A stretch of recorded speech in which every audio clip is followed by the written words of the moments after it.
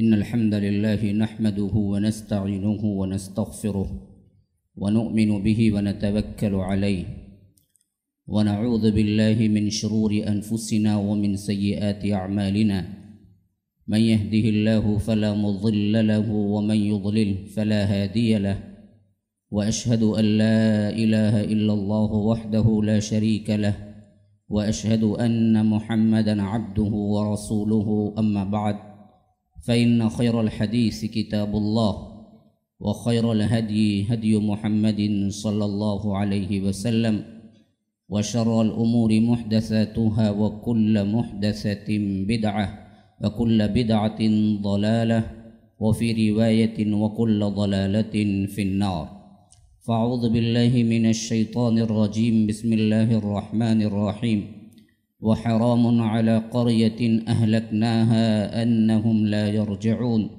حتى إذا فتحت يأجوج ومأجوج وهم من كل حدب ينسلون وقال أيضا ثم أتبع سببا حتى إذا بلغ بين السدين وجد من دونهما قوما لا يكادون يفقهون قولا قالوا يا ذا القرنين إن يأجوج ومأجوج مفسدون في الأرض فهل نجعل لك خرجا على أن تجعل بيننا وبينهم سدا اللهم أرنا الحق حقا وارزقنا اتباعه وأرنا الباطل باطلا وارزقنا اجتنابه اللهم علمنا ما ينفعنا وانفعنا بما علمتنا وارزقنا علما رب اشرح لي صدري ويسر لي أمري واحلل عقدة من لساني يفقه قولي برادران اسلام، واجب الاحترام بزرگوں، دوستوں، عزیز ساتھیوں، لائق احترام ماؤں اور بہنوں، آج کا جو عنوان ہے جیسا کہ ابھی اعلان ہوا، یأجوج اور مأجوج اور قیامت کی آخری نشانیاں۔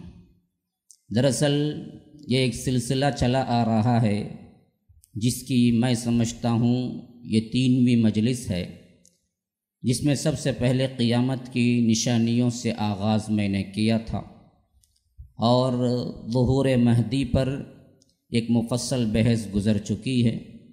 پھر اس کے بعد نزول عیسیٰ اور دجال کے سلسلے میں بھی ایک مفصل بحث گزر چکی ہے۔ اسی ضمن میں آج کا یہ مضمون ہے یأجوج مأجوج۔ جو لوگ تسلسل کے ساتھ ان کانفرنسز میں شرکت فرما رہے ہیں ان کے لیے تو بات سمجھنے میں بڑی آسانی ہوگی، لیکن پھر بھی میں تسلسل کے ہوتے ہوئے ایک عنوان ہی کی حیثیت سے آپ کے سامنے گفتگو کروں گا، خواہ نئے آئے ہوئے لوگ ہوں یا پرانے، ان کے لیے ایک الگ ہی عنوان لگے گا۔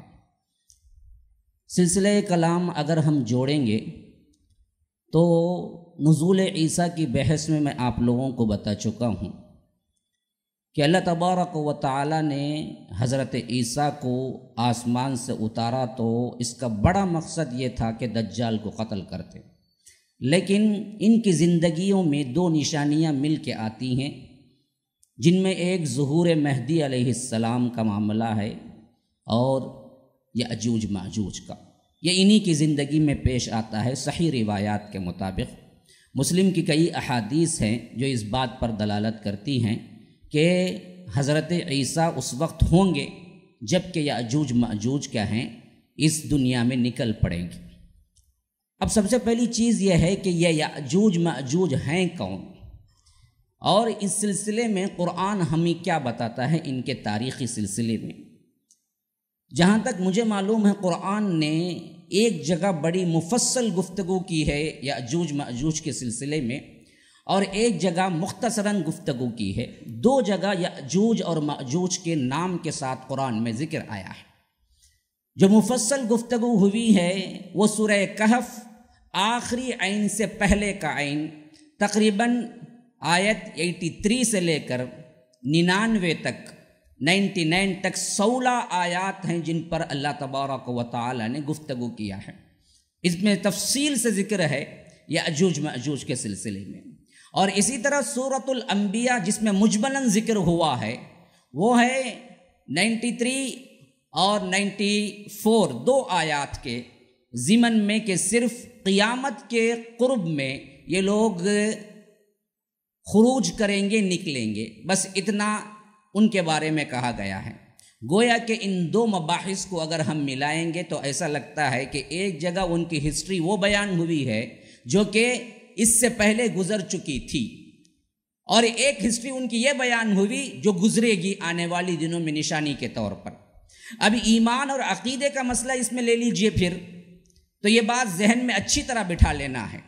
علماء اس بات پر متفق ہیں کہ قیامت کی بڑی نشانیوں میں سے ایک نشانی یأجوج مأجوج کا آنا ہے، اور قرآن اور سنت سے یہ چیز ثابت ہے، سوائے چند بے عقلوں کے، جاہلوں کے، کسی نے انکار نہیں کیا۔ اور کوئی انکار کرتا ہے تو وہ قرآن و سنت کا انکار ہے، اور قرآن و سنت کا انکار کرنے والا کافر کہلاتا ہے۔ تو یہ ایک عقیدے کی چیز ہے جس کے اندر آپ کو کوئی شک و شبہ نہیں ہونی چاہیے۔ اب آئیے سب سے پہلے پچھلی ہسٹری کی طرف جائیں۔ یأجوج ماجوج اصل میں تھے کون؟ یہ جن ہیں، انسان ہیں، یا کوئی اور مخلوق ہیں، یا اللہ تبارک و تعالی نے صرف ان کو آزمائش کے لیے پیدا کیا ہے؟ تو معلوم ہوتا ہے ہمیں کہ دو انسانوں کو آدم کا خطاب ملا، اور اس میں بھی بنی نوع آدم کے لحاظ سے ایک آدم اول کہلائے اور ایک آدم ثانی کہلائے۔ آدم اول تو وہ ہیں جو سب کے لیے منبع تھے، جو ہمارے باپ تھے، جن سے حوا بھی پیدا ہوئی تھی۔ لیکن آدم ثانی تاریخ میں کہلانے والے حضرت نوح ہیں، جن کو اللہ تبارک و تعالی نے نبوت دے کے بھیجا۔ تو اس وقت لاکھوں کی تو تعداد تھی لوگوں کی، لیکن طوفان نوح میں جب اللہ تبارک و تعالی نے نہ ماننے کی صورت میں انہیں گرفتار کیا، تو اس کے بعد جو بچے نا، وہ بعض روایات کے مطابق جلالین وغیرہ کی تفسیر سے ثابت ہوتا ہے کہ صرف 80 یا 40 افراد تھے۔ یہ 40 یا 80 افراد ہی تھے جو آگے چل کے ہم سب کی نسل بنی، بقیہ سب کو اللہ نے مار دیا تھا۔ وَلَا يَلِدُ إِلَّا فَاجِرًا كَفَّارًا، کہ نوح نے دعا ہی یہی کی تھی، اے اللہ ان کو ایسا مار کہ کوئی انہیں جیتا نہ رکھ، کیونکہ اگر یہ جیئیں گے تو ان کی نسل سے بھی فاجر ہی، فاسق ہی نکلے گا، کوئی ایماندار نہیں نکلے گا۔ تو اللہ تبارک و تعالی نے کہا کہ ہم نے بچایا تو صرف ان کو بچایا جو تختی نوح میں، نوح کی تختی میں، نوح کی کشتی میں چڑھ گئے تھے۔ وَحَمَلْنَاهُ عَلَى ذَاتِ أَلْوَاحٍ وَدُسُرٍ تَجْرِي بِأَعْيُنِنَا جَزَاءً لِمَنْ كَانَ كُفِرٍ، کہ ہم نے صرف ان کو منتخب کر لیا جو کشتی نوح میں سوار ہوئے تھے، بقیہ سب کے سب کو ہم نے غارت کر دیا۔ اور یہ سوار ہونے والوں کی تعداد تھی کتنی؟ وہ تھی یا تو 40 یا تو 80 افراد۔ اب ان میں سے قوم نوح تو تھے، لیکن نسل نوح جو ہے وہ ہمیں معلوم ہوتا ہے کہ کل حضرت نوح علیہ السلام کے 4 بیٹے تھے، 4 بیٹے تھے، اور ان میں سب سے بڑا بیٹا وہ تھا جس کا ذکر مفصل آیا ہے قرآن میں ہود کے اندر، جو بدبخت بھی تھا اور اس طوفان میں ڈوب کے مر بھی گیا تھا، جس نے کہا تھا کہ قال سآوی الی جبل یعصمنی من الماء قال لا عاصم اليوم من امر اللہ الا من رحم وحال بینہم الموج فکان من المغرقین، کہ اتنا بلایا کہ اب بھی آ جا، تو آخری وقت بھی اس نے یہی کہا کہ میں پہاڑ کی چوٹی پہ چڑھ جاؤں گا اور وہاں سے کیا ہے میں اس طوفان سے بچ جاؤں گا۔ ابھی یہ باپ بیٹا کیا ہے مکالمہ کر ہی رہے تھے، آخر کار ایک بہت بڑی موج اٹھی اور نوح کے بیٹے کو غرق کر گئی، اور یہ ثابت ہو گیا کہ نسب کہیں نہیں چلتا، اللہ کے ہاں چلتا ہے تو عمل چلتا ہے۔ نوح کا بیٹا غرق ہو گیا۔ یہ جو غرق ہوا تھا نا، سب سے بڑا بیٹا معلوم ہوتا ہے جس کا نام ہے کنعان۔ کنعان کے بعد حضرت نوح کو جب طوفان نوح کے بعد انہوں نے جودی پہ قدم رکھا اور وہاں پر بستی آباد ہوئی، کیونکہ ہمیں معلوم ہوتا ہے کہ جودی پہاڑ ہی پر کشتی ٹکی تھی۔ وَقِيلَ يَا أَرْضُ ابْلَعِي مَاءَكِ وَيَا سَمَاءُ أَقْلِعِي وَغِيضَ الْمَاءُ وَقُضِيَ الْأَمْرُ وَاسْتَوَتْ عَلَى الْجُودِيِّ، جودی پہاڑ پہ وہ ٹک گئی تھی، اور وہاں قوم نوح اور حضرت نوح علیہ السلام اترے تھے۔ آج بھی وہاں قدم پائے جاتے ہیں جو ہندوستان کے کنارے پہ پایا جاتا ہے، اور وہاں پر قوم نوح اور کے اثرات بھی پائے جاتے ہیں، اور قبر نوح بھی مشہور ہے۔ پتہ نہیں تاریخی روایات ہیں کہاں تک صحیح ہے کہاں تک غلط ہے۔ غرض جب وہاں آباد ہوئے تو روایتوں میں ملتا ہے کہ پھر اللہ نے انہیں 3 بیٹے دیے، ایک سام ہے، ایک حام ہے، ایک یافث ہے۔ سام، حام، یافس۔ سام سے عرب کی نسل چلی، ابو العرب کوئی ہے تو وہ سام ہے۔ عربی دنیا میں جتنے لوگ عربی کہلائے وہ سب کے سب سام کی اولاد میں سے سام بن نوح۔ اور ان کا دوسرا بیٹا تھا حام۔ یہ حام ابو السودان کے نام سے خطاب ملا۔ یہ جتنے کالے حبشی ہیں سب کے سب اسی کی اولاد میں سے آتے ہیں، جتنے بھی ہیں ایشیا کے ممالک میں، اور اسی طرح کیا ہے اطراف و اکناف کے بھی۔ ان دو کے علاوہ سام اور حام کے بعد یافس ایک بیٹا تھا، جس کی اولاد کے اولاد، یا ایک روایت کے مطابق اولاد یاجوج ماجوج تھی۔ یاجوج ماجوج حضرت نوح کے 4واں بیٹا یافس کی اولاد ہے۔ گویا کہ یاجوج ماجوج اگر نسبی لحاظ سے دیکھا جائے تو حضرت نوح ان کے دادا ہوتے ہیں۔ یاجوج ماجوج 2 بھائی ہیں جو یافس کی اولاد تھے، اور یافس کی اولاد میں یہ 2 لوگ اتنے بڑے ہوئے تو ان کے نام سے قبائل کی نسبت ہو گئی، جیسے کہ عرب میں رواج تھا۔ مثلا ہم کہتے ہیں قوم سمود، قوم عاد۔ یہ کیا ہے؟ قوم سمود، قوم عاد۔ سمود نامی ایک بندہ تھا، عاد نامی ایک بندہ تھا، لیکن اتنے بڑے ہوئے یہ آگے چل کے تو ان کی طرف سے قوم بن گئی، نسبت انہیں دیے جانے لگی۔ تو قوم عاد ایک آدمی کا نام ہے عاد، اس کی قوم کہلائے۔ سمود ایک آدمی کا نام ہے، سمود کہلائے بعینہ ہی۔ اسی طرح یاجوج ماجوج بھی اپنے اپنے قبیلے کے بڑے لوگ تھے، تو اس وجہ سے ان کے نام سے ہی قبائل مشہور ہو گئے۔ اصل میں نوح کے یہ پوتے تھے، پڑ پوتے تھے یا تو پوتے تھے، اور حضرت نوح علیہ السلام ان کے دادا تھے۔ اس ہسٹری کے تحت بات اچھی طرح ذہن میں آ گئی کہ یہ جو تھے انسان تھے، اور یہ جو تھے اولاد آدم میں سے تھے، اور حقیقی نسبت دیکھی جائے تو نوح کے پوتے تھے علیہ السلام، اور یہ دنیا میں کھلم کھلا ہی رہتے تھے جس طرح انسان رہتے تھے۔ ان کے اندر کوئی رکاوٹ نہیں تھی، لیکن ان کے اندر شر پسندی عام انسانوں سے زیادہ تھی۔ دوسری بات، ان کی کثرت نسل دوسرے انسانوں سے زیادہ تھی۔ 2 چیزوں میں ان قبائل کے اندر بہت زیادتی تھی، ایک ہے کثرت نسل کی، اور ایک ہے ان کی شر پسندی کی۔ معلوم ایسا ہوتا ہے کہ کوئی بھی اچھا نہیں تھا ان میں کا، جس کی وجہ سے اللہ تبارک و تعالی نے انہیں بند کر دیا۔ یہ بند کر دیا کا لفظ اس وجہ سے کہہ رہا ہوں کہ اللہ کھولنے کا لفظ اظہار کرتا ہے، حتی اذا فتحت، فتح یفتح معلوم ہے کھولنا۔ جب ہم یاجوج ماجوج کو کھول دیں گے تو معلوم ہوتا ہے یاجوج ماجوج اب بند ہیں، اور یہ بند کرنے کی وجہ یہ بنی کہ شر فساد میں یہ غیر معمولی تھے، فساد بہت زیادہ کرتے تھے، اور ان کی نسل کے اعتبار سے نسل انسانی جو ہماری جا رہی ہے اس سے تقریباً ان کی نسل 100 گنا زیادہ تھی، 100 گنا زیادہ تھی، 100 گنا۔ آپ پوچھیں گے اس کی دلیل کیا ہے؟ میں دلائل کے ساتھ ہی بات کرتا ہوں ہمیشہ، اور اشارے بھی دیتا ہوں۔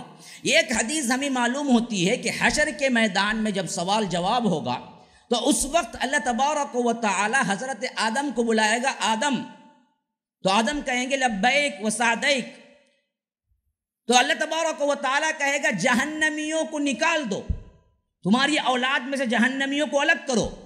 پوچھا جائے گا الگ کتنوں کو الگ کروں؟ 1000 میں سے 999 نکال دو۔ کیا بولے گا اللہ تبارک و تعالی؟ 1000 میں سے 999 جہنمی، 1 جنتی۔ صحابہ جب یہ سن رہے تھے کانپ گئے۔ وہ تو ایسے نہیں سنتے جیسے ہم سنتے ہیں، اس کان سے سنا اس کان سے چھوڑ دیا۔ وہ تو صحابہ تھے، اور اللہ کے رسول صلی اللہ علیہ وسلم کی بات پر اتنا یقین ہوتا تھا کہ اپنے زندہ ہونے پر بھی اتنا یقین نہیں ہوتا تھا انہیں۔ تو وہ سمجھ گئے، کانپ کے رہ گئے، اور اللہ کے رسول نے کہا یہ وہ وقت ہوگا جہاں پر انبیاء بھی گھٹنے ٹیک کے کھڑے ہو جائیں گے، اے اللہ سلم سلم یا رب سلم سلم، اے اللہ سلامتی سلامتی، اے اللہ تیرا غصہ آج بہت عروج پہ ہے۔ تو اللہ کہے گا 1000 میں سے 999 نکالو۔ تو صحابہ بھی پریشان ہو گئے، کہا کہ پھر بچے گا کون اللہ کے رسول؟ تو اللہ کے رسول صلی اللہ علیہ وسلم نے کہا کہ 999 یاجوج ماجوج میں سے جائیں گے، 1 تم جنتیوں میں سے جاؤ گے۔ کثرت کے حساب سے دیکھیے کہاں کیلکولیشن جا رہا ہے۔ ہمارے 1 کے مقابلے کا 999 ان کا مقابلہ ہے، تو کثرت نسل ان کی بہت زیادہ ہے۔ حالانکہ انسان ہوتے ہیں، بنی نوع انسانیت کے اندر ہیں، اور شر و فساد میں اس حد تک تھے کہ ان کے قبیلے سے زیادہ کوئی اور چیز، کوئی اور بنی آدم کے اندر اتنا شر و فساد نہیں ہوا تھا۔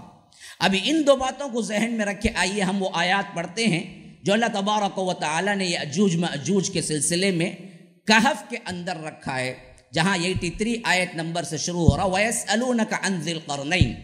اصل میں ایک سوال ہوا تھا یہودیوں کی طرف سے اللہ کے رسول صلی اللہ علیہ وسلم کو، گویا کہ ٹیسٹ کے طور پر کہ آپ نبی بھی ہیں یا نہیں۔ ایسے سوالات یہ کرتے ہی رہتے تھے مشرکین کے اشکال پر، یا مشرکین یہودیوں سے پوچھا کرتے تھے کہ ایسا کام کرو۔ تو انہوں نے آگے پوچھا، اچھا جی آپ کو تو وحی آتی ہے، غیب کا بھی علم ہے، ذرا بتاؤ تو یہ ذوالقرنین کون ہے؟ اب یہ ذوالقرنین ان لوگوں میں تو مشہور تھا، عرب میں نہیں تھا، یہودیوں کے اندر مشہور تو تھا لیکن عرب لوگ زیادہ نہیں جانتے تھے۔ اور قرن کہتے ہیں دو چیزوں کو، ایک قرن کہتے ہیں 100 سال کو، 100 سال کو، صدی کو قرن کہتے ہیں، اور دوسرا قرن کہتے ہیں سنگ کو، جیسے گائے کی، ہرن کی سنگ ہوتی ہے نا، سنگ کو بھی قرن کہتے ہیں۔ ذوالقرنین 2 قرنوں والا، 2 سنگوں والا۔ تو ایک مفسرین کا مطلب یہ ہے، ایک طبقے کا، ان کو یہ نام اس وجہ سے پڑا کہ یہ اپنے تاج میں 2 سنگ رکھا کرتے تھے، تو اس وجہ سے یہ ذوالقرنین پڑ گیا کہ 2 سنگوں والا۔ دوسرا طبقہ ہے، انہوں نے کہا کہ یہ اس وجہ سے نہیں، اصل میں ان کی زندگی 2 صدیوں پر مشتمل تھی، یعنی 200 سال جیے یہ، تو 1 صدی کو قرن کہتے ہیں، 2 صدی قرنین ہو گیا، تو ذوالقرنین اس وجہ سے ان کا نام پڑ گیا کہ انہوں نے 2 صدیاں زندگی گزاری۔ یہ دونوں روایات ہمیں ملتے ہیں، لیکن اصل نام روایتوں میں بھی نہیں ملتا کہ ان کا اصل نام کیا تھا ذوالقرنین کا۔ لیکن قرآن سے معلوم ہوتا ہے کہ یہ بہت اچھے اور نیک دل، انصاف پسند بادشاہ تھے لیکن نبی نہیں تھے۔ تو اللہ تبارک و تعالی جب انہوں نے سوال کیا تو اللہ نے ایک پوری مکمل طور پر ان کی ہسٹری بیان کر دی کہف میں۔ فرمایا کہ وَيَسْأَلُونَكَ عَنْ ذِي الْقَرْنَيْنِ، لوگ آپ سے سوال کرتے ہیں کہ ذوالقرنین کون ہے؟ قل، کہہ دیجئے، سَأَتْلُو عَلَيْكُم مِّنْهُ ذِكْرًا، ابھی انقریب تھوڑی دیر میں مجھے وحی آ جائے گی، میں تمہیں کیا ہے پورا ذکر اس کا سنا دوں گا، تمہارے پاس رکھ دوں گا کہ ذوالقرنین ہے کون۔ قل سأتلو علیکم منہ ذکرا انا مکننا له فی الارض وآتیناہ من کل شیء سببا فاتبع سببا، ہم نے اسے تمکین فی الارض دی تھی، وہ بادشاہ تھا، اور وہ بادشاہت کے اپنے زمانے میں اپنا پورا لاؤ لشکر لے کے ایک بہت بڑی جنگ کے لیے نکلا۔ تو پہلی جنگ کا ایک ذکر اللہ تبارک و تعالیٰ کرتا ہے۔ جب وہ جنگ کے لیے نکلے تو اللہ کہتا ہے کہ حتی اذا بلغ مغرب الشمس، وہاں تک وہ پہنچ گئے جہاں پر سورج غروب ہوتا ہے مغرب میں، اتنا دور تک، گویا کہ ایک سرے سے دوسرے سرے تک کا فاصلہ انہوں نے طے کیا۔ مغرب الشمس وجدها تقرب فی عین حمیئۃ ووجد عندها قوما، اور سورج وہ ڈوب رہا تھا، وہ ایسے لگ رہا تھا گویا کہ کیا ہے ایک چشمہ ہے، اور اس میں کیا ہے یہ لال لائٹ جو غروب کے ہوتے وقت لگتی ہے، وہ لال لائٹ پڑنے سے بالکل ہی کیا ہے لالگی پھیل گئی تھی۔ ایسی حالت میں وہاں پر انہوں نے ایک قوم کو پایا۔ اللہ تبارک و تعالیٰ کہتا ہے ہم نے کہا ان سے، تو ہو سکتا ہے دل میں بات ڈالی ہو یا کسی اور ذریعے سے، نبی تو نہیں تھے کہ وحی آئے۔ فرمایا قلنا یا ذا القرنین، اے ذو القرنین، اما ان تعذب و اما ان تتخذ فیہم حسنا، چاہو تو تم ان کے ساتھ حسن سلوک سے پیش آؤ، چاہو تو ان کو کیا قید و بند کر کے رکھو، ہم تمہیں پوچھنے والے کچھ نہیں ہیں۔ کتنے نیک بادشاہ ہوں گے کہ اللہ نے یہ آپشن نہیں دیا ان کو کھلی چھٹی دے دی، تم چاہو تو ان کو مار کے قید میں بند رکھو، نہیں پوچھیں گے ہم تجھ سے، چاہو تو تم کیا کرو احسان کر کے ان کو چھوڑ دو، اس پر بھی سوال نہیں ہوگا۔ اما ان تعذب و اما ان تتخذ فیہم حسنا۔ تو انہوں نے کہا کہ قال اما من ظلم فسوف نعذبه ثم يرد الى ربه فيعذبه عذابا نکرا واما من آمن وعمل صالحا فله جزاء الحسنى وسنقول له من امرنا یسرا، کہ جو کوئی بھی مجھ پر زیادتی کرے گا، میری بات نہیں مانے گا، اطاعت سے نکلے گا، میں اس کو یہاں بھی سزا دوں گا اور اے اللہ تو وہاں بھی سزا دے گا، اور جو نیک اعمال کرے گا، اچھا بن کے رہے گا، وفادار بنے گا، میں اس کے ساتھ حسن سلوک کروں گا اور اس کی یہاں کی زندگی بھی آسان ہو جائے گی۔ تو ایک معرکے کا ذکر کر دیا، پھر اللہ کہہ رہا ہے ثم اتبع سببا، پھر دوسری تیاری کی، کسی دوسری جگہ جنگ کرنے کے لیے تیاری کی۔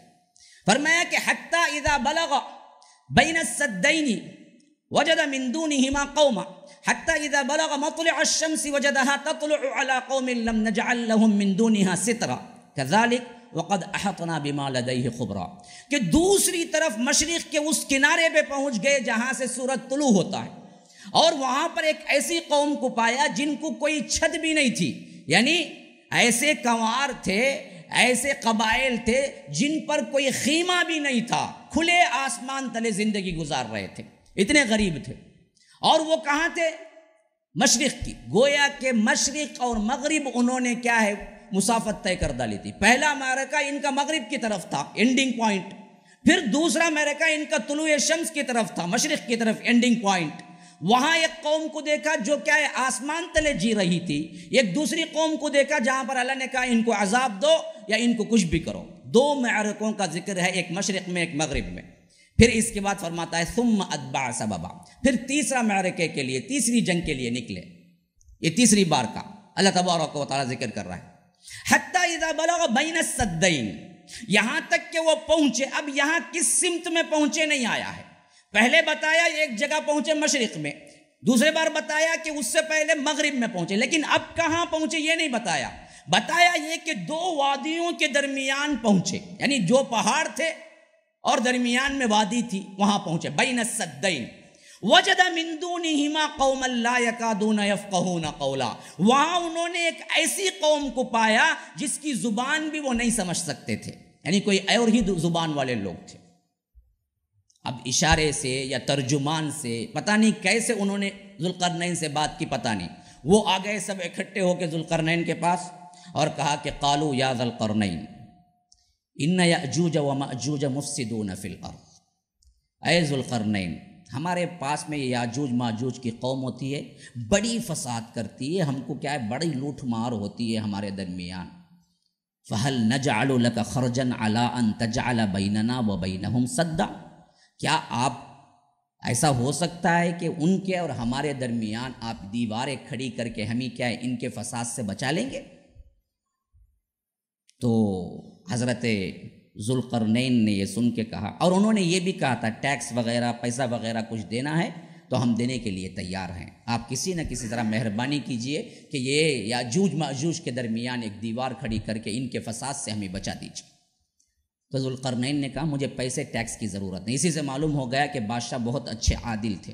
انہوں نے کہا کہ قال ما مکنی فیہ ربی خیر فاعینونی بقوت اجعل بینکم وبینہم ردما، دیکھو اللہ نے مجھے بہت ہی پہلے سے مال دے رکھا ہے، مجھے مال کی کوئی ضرورت نہیں ہے، ہاں مین پاور میرے پاس نہیں ہے، میں دور سے آیا ہوں۔ فاعینونی بقوہ، تم کیا کرو مین پاور فراہم کرو مجھے، لوگ آئے میرے پاس، تمہارے لوگ دو تو میں کر دوں گا تمہارے اور یاجوج ماجوج کے درمیان ایک دیوار کھڑی کر دوں گا۔ تو انہوں نے کہا کہ مجھے پیسہ نہیں چاہیے، مین پاور دو مجھے۔ مکنی فیہ ربی خیر فاعینونی بقوت اجعل بینکم وبینہم ردما۔ پھر انہوں نے جو دیوار تعمیر کی اس کی بھی تفصیل قرآن بیان کرتا ہے۔ انہوں نے کیا کیا کہ آتونی زبر الحدید، کہا کہ بڑی بڑی لوہے کی تختیاں لے آؤ، حتی اذا ساوا بین الصدفین قال انفقوا حتی اذا جعلہ نارا قال آتونی افرغ علیہ قطرا فما استطاعوا ان یظہروہ وما استطاعوا لہ نقبا، کہ انہوں نے کہا کہ اس کو اچھی طرح آگ میں دہکاؤ دہکاؤ دہکاؤ دہکاؤ دہکاؤ، جب دہکا کہ وہ انگار بن جائے گی تو وہ انگار کی بڑی بڑی تختیاں درمیان میں کھڑی کرو، اور پیسٹنگ کے لیے کیسے کھڑی ہو، مسئلہ تو ہونا چاہیے نا جی، اینٹ کو اینٹ لگائیں گے تو بھی مسئلہ ہونا چاہیے نا۔ اب لوہے کی تختی اور ایک لوہے کی تختی کیسے کھڑے گی؟ تو انہوں نے کہا کہ درمیان میں تانبا پگھلا کے ڈالو، تانبے کو کیا کیا انہوں نے پیسٹ کے طور پہ استعمال کیا، اور بڑی بڑی لوہے کی تختیوں کو درمیان میں کھڑی کی، اور ایک اونچی دیوار تعمیر کر کے اس کے اوپر سے پلاسٹرنگ جو کی وہ تانبے سے کر دی، اور اس کے بعد کہا کہ فما استطاعوا ان یظہروا وما استطاعوا لہ نقبا۔ دیکھو یہ اس وجہ سے میں نے کیا ہے کہ اب ان کے اندر یہ استطاعت نہیں ہوگی کہ وہ اندر سے بھی نقب لگا سکے، نہ باہر والوں کی یہ استطاعت ہے کہ باہر سے توڑ کے اس کے اندر داخل ہو سکے، اتنی مضبوط دیوار میں نے کھڑی کر دی۔ لیکن قال ھذا رحمت من ربی، یہ سب جو کچھ بھی ہوا یہ میرے رب کی رحمت کی طرف سے ہوا، میرا اپنا کچھ نہیں تھا۔ یہ ہے نیک لوگوں کی بات ہے۔ نیک لوگ جتنا بھی خیر کرتے ہیں ان کی منڈی اونچی نہیں ہوتی، ان کے چہرے تلاؤں میں نہیں آتے، وہ اکڑ میں، وہ اور جھک جاتے ہیں، کہتے ہیں کہ بھائی میرا کچھ نہیں، بھائی جو ہوا رب العالمین کی طرف سے ہوا، میری کیا حیثیت کہ میں کچھ کر سکوں۔ تو یہ بھی بڑے اللہ والے تھے، انہوں نے کہا ھذا رحمت من ربی، یہ اللہ کی رحمت ہے جو اللہ تبارک و تعالی نے مجھ پہ کی تھی۔ اب یہ سنو، فَإِذَا جَاءَ وَعْدُ رَبِّي جَعَلَهُ دَكَّا، ایک دن ایسا بھی آئے گا جو میرے رب کا وعدہ ہوگا، قیامت کا دن، جب کہ کیا ہے یہ ریزہ ریزہ ہو جائے گا۔ کون سا؟ جو میں نے دیوار کھڑی کی۔ وَكَانَ وَعْدُ رَبِّي حَقًّا، اور یہ چیز ہو کر رہ جانے والی ہے۔ تو بنتے وقت ہی انہوں نے کہہ دیا کہ یہ بند اس وقت تک ہے جب تک قیامت کا قیام نہیں ہوتا، قیامت کے قریب اللہ اس کو خود کیا کر دے گا، توڑ دے گا اور یہ باہر نکل کے آئیں گے۔ وعد ربی جعلہ دکا وکان وعد ربی حقا، یہ ہو کر رہنا ہے۔ بس یہاں سے بات ختم ہو گئی ماضی کی۔ ابھی اس واقعے کو جو میں نے بالتفصیل آپ کو سنایا ہے، اس میں سے چند نکات بہت اہم ہیں جو ذہن میں رکھنا ہے۔ سب سے پہلی چیز، یأجوج مأجوج بنی نوع انسانیت میں سے تھے۔ یأجوج مأجوج ذوالقرنین کے زمانے تک کھلے عام لوگوں سے ملتے تھے، جلتے تھے۔ تو اب سب سے پہلے یہ چیز متعین کرنا پڑے گا کہ ذوالقرنین کا زمانہ کیا تھا۔ بعض لوگوں نے اسے سکندر سمجھ گئے، اور جو الیگزینڈر ہے اسی سے تشبیہ دے کے سمجھ لیا کہ یہی ہے جو اللہ نے ذوالقرنین کا استعمال کیا تھا، لیکن بعد کے مفسرین اس کا انکار کر گئے ہیں، اور ویسے بھی معلوم ہوتا ہے بات صحیح نہیں ہے۔ کیوں؟ سکندر اعظم الیگزینڈر جو ہے یہ بڑا ہی وحشی قسم کا تھا، ظالم تھا، اور دنیا میں خوب خون خرابہ کیا تھا۔ تو یہ نہیں ہو سکتا۔ اللہ تو یہاں پر بہت عادل بادشاہ کی نشانیاں بیان کرتا ہے، یہ الیگزینڈر نہیں ہو سکتا، سکندر نہیں ہو سکتا۔ اور دوسری بات یہ کہ سکندر جو آیا تھا وہ حضرت عیسیٰ سے صرف 600 سال پہلے آیا تھا، جبکہ یہ جو زمانہ لگتا ہے یہ حضرت عیسیٰ سے 1500-2000 سال پہلے کا لگتا ہے جب یہ واقعہ ہوا ذوالقرنین کا۔ تو اس حیثیت سے بھی یہ سکندر نہیں ہے، کوئی اور بادشاہ تھا۔ تو معلوم ہوتا ہے کہ یہ بادشاہ، بعض لوگ کہتے ہیں سائرس، یہ بہت بڑا بادشاہ گزرا ہے، نیک بھی تھا، لیکن یہ بھی کیا ہے، بات حتمی نہیں پہنچتی۔ جو صفات اللہ نے ذوالقرنین کے بیان کیے ہیں وہ سائرس کے جو اس کے تاریخی طور پر شواہد ملتے ہیں وہ نہیں ملتے ہیں۔ ہاں اتنا پتہ چلتا ہے لگ بھگ حضرت ابراہیم کے زمانے میں تھا یا آگے پیچھے کوئی زمانہ تھا جس میں ذوالقرنین آئے تھے۔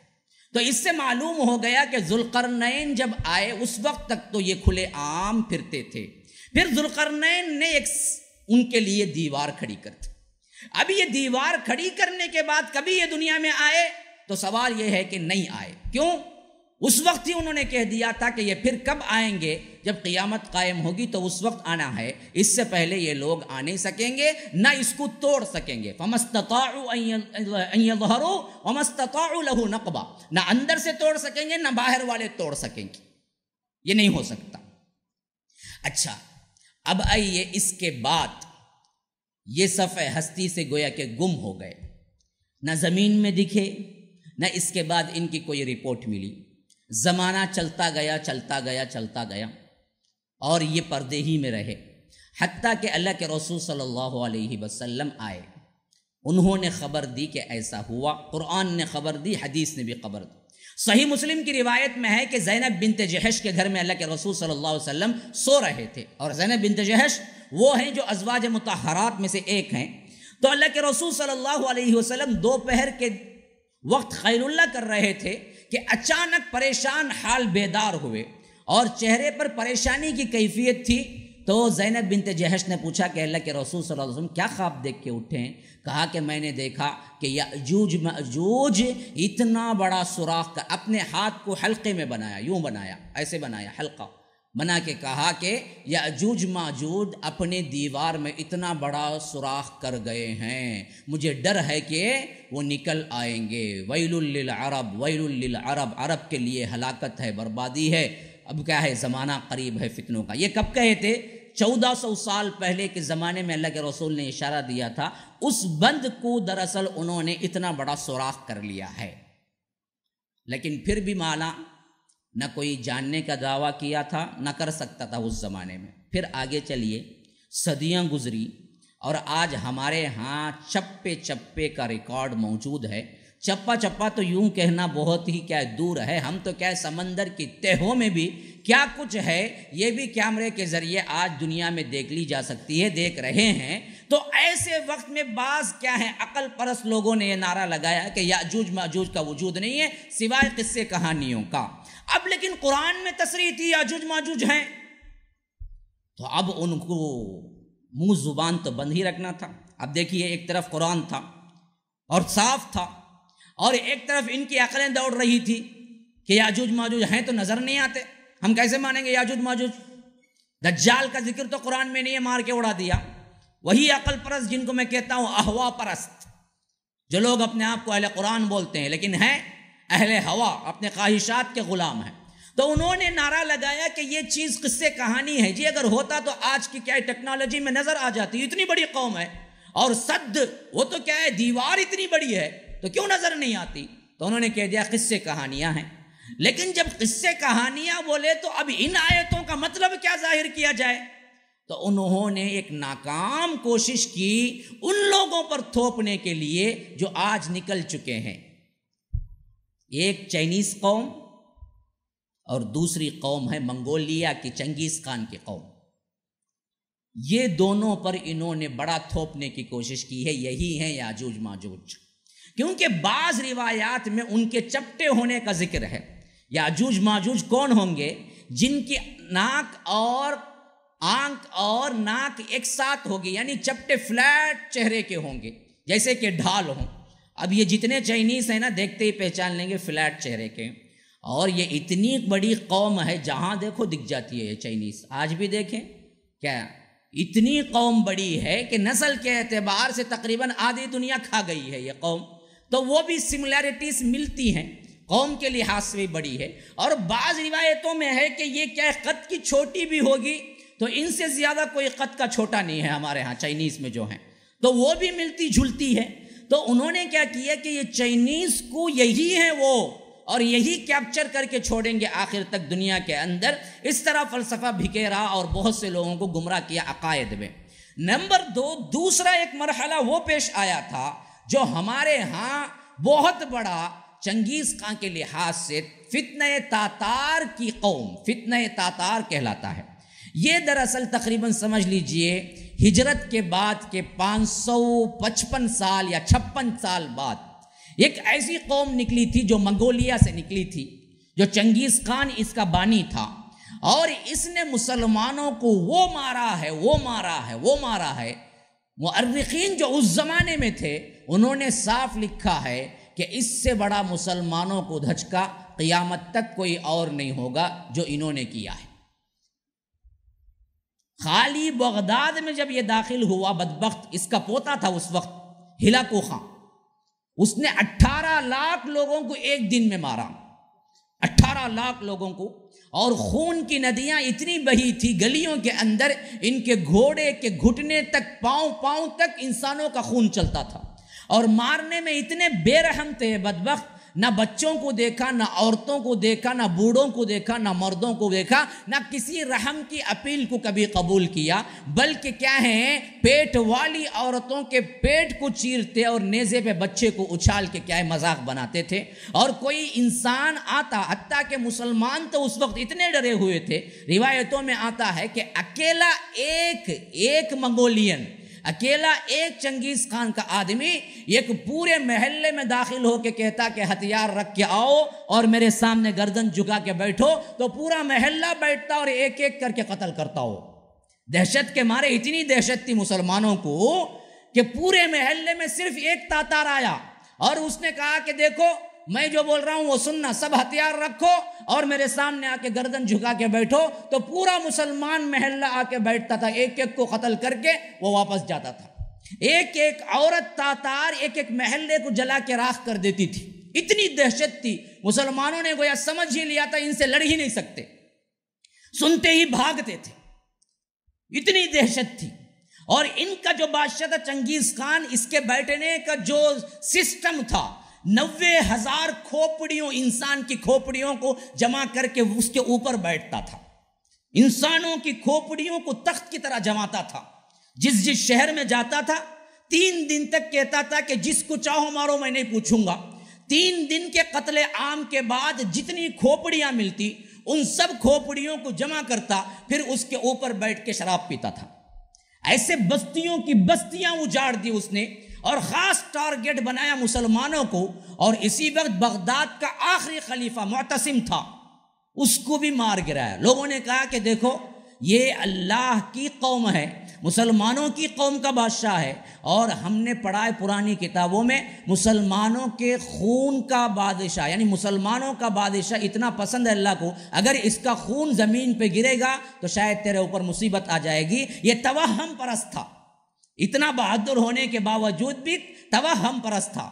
اس نے کہا کہ اچھا ایسی بات ہے کہ خلیفے کا خون زمین پہ گرے گا تو مجھ پہ مصیبت آئے گی. تو کہا کہ ہاں ایسا ہی لکھا گیا ہے. تو اس نے کہا کہ اچھا میں اس کو نیچے گرنے نہیں دوں گا، تم ایسے کرو کہ اس کو کیا کرو، قالین میں فرش میں لپٹو، اس کے بعد ہم اسے خوب ماریں گے، اس کا خون کوئی نیچے نہیں گرے گا.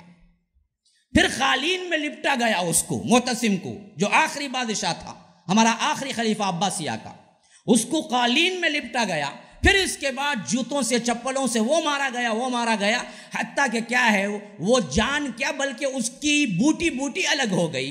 اور اس کے بعد کہا کہ پورے خبر کر دو کہ بادشاہ مقرب لوگوں کو بلوا رہا ہے.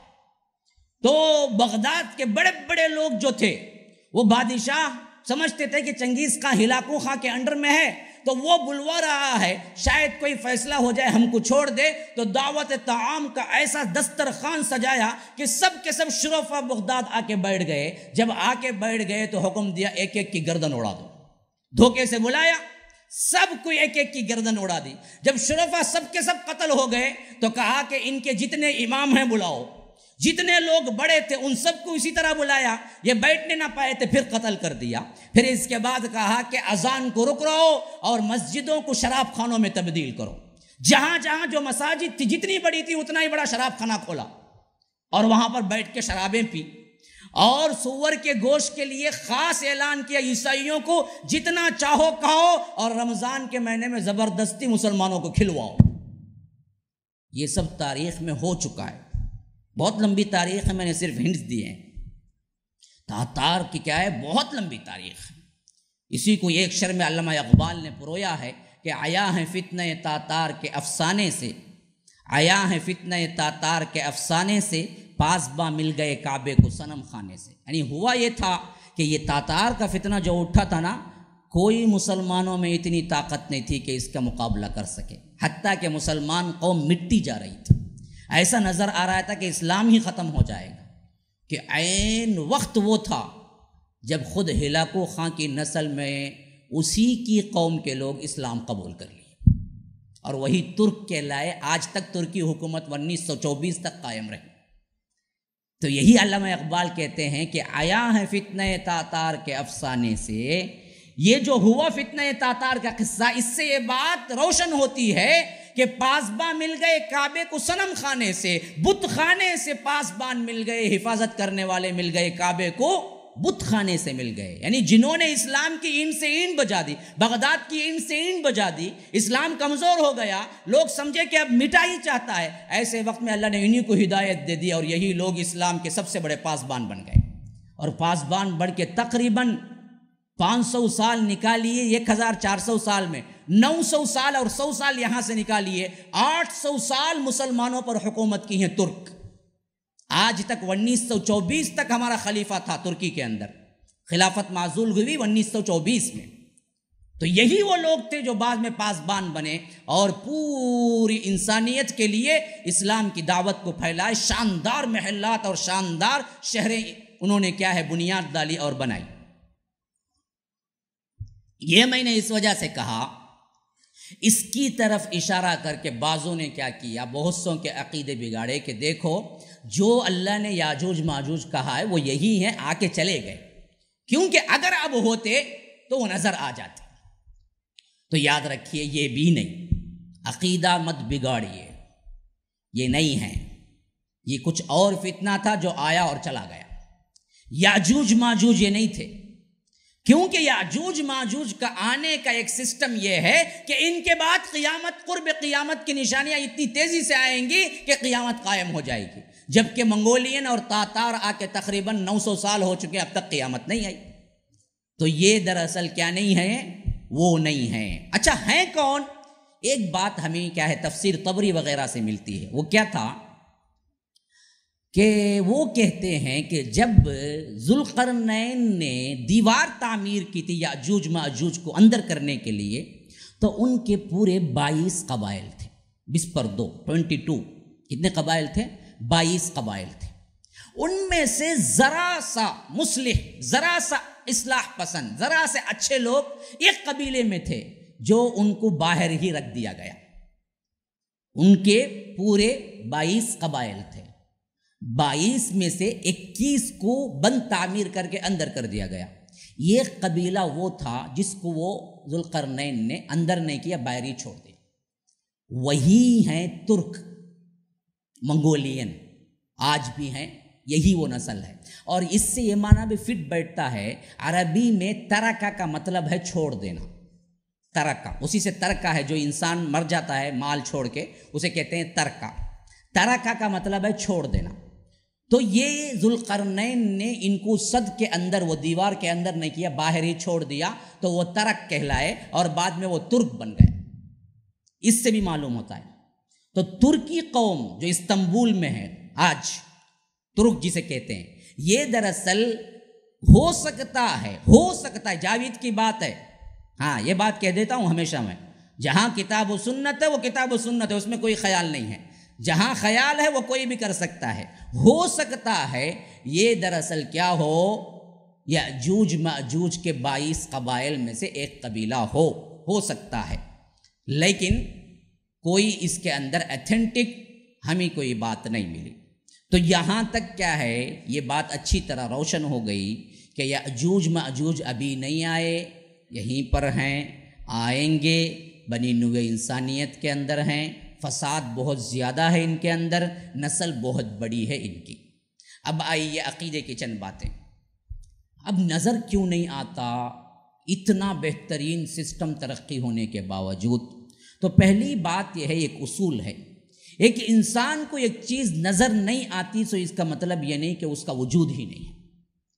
یہ بالکل غلط اصول ہے کہ آپ کہیں کہ مجھے نظر نہیں آتا، میں نہیں مانتا۔ مثلا آپ کو کرنٹ نظر نہیں آتا، اب کوئی بدبخت کی کہے گا مجھے نظر نہیں آتا، میں وائر کو جا کے ہاتھ چھوتا ہوں، چھو کے دیکھ لے کہاں پہنچتا ہے، کر کے دیکھ، ہم کچھ بھی نہیں بولتے، نظر تو نہیں آتا۔ اچھا آپ دیکھیں گے، اچھا یہ تو کیا ہیں احساس کی چیزیں ہیں۔ میں کہتا ہوں پیٹرول بھی آج سے 50-100 سال پہلے کسی کو زمین کے اندر نظر نہیں آیا، حالانکہ تھا وہیں۔ جب اللہ نے اس کو نظر آنے کے لیے خبر دی، احساس دیا، تب نظر آیا۔ کائنات میں کروڑوں چیزیں ہیں جن کا احساس ہمیں ہوا ہی نہیں اس سے پہلے، آج نظر آیا۔ تو ہو سکتا ہے ابھی ہماری ترقی بہت آگے جائے تب نظر آئے، یا نہیں تو جب وہ نکلیں گے تب نظر آئے۔ اس کا مطلب یہ نہیں کہ چیز نظر نہیں آتی ہم انکار کر دیں۔ ہمیں ماننے نہ ماننے کے لیے کتاب و سنت کافی۔ کتاب و سنت میں دلیل ہے تو پھر مانیں گے، ہے نہیں ہے تو پھر مسئلہ ہے۔ یہاں سیدھی بات ہے، کتاب و سنت سے دلیل ہے، بخاری و مسلم کی روایات میں موجود ہیں اور قرآن میں موجود ہے، تو اس سے کیا ہے بات پکی ہو گئی کہ یہ لوگ ہیں۔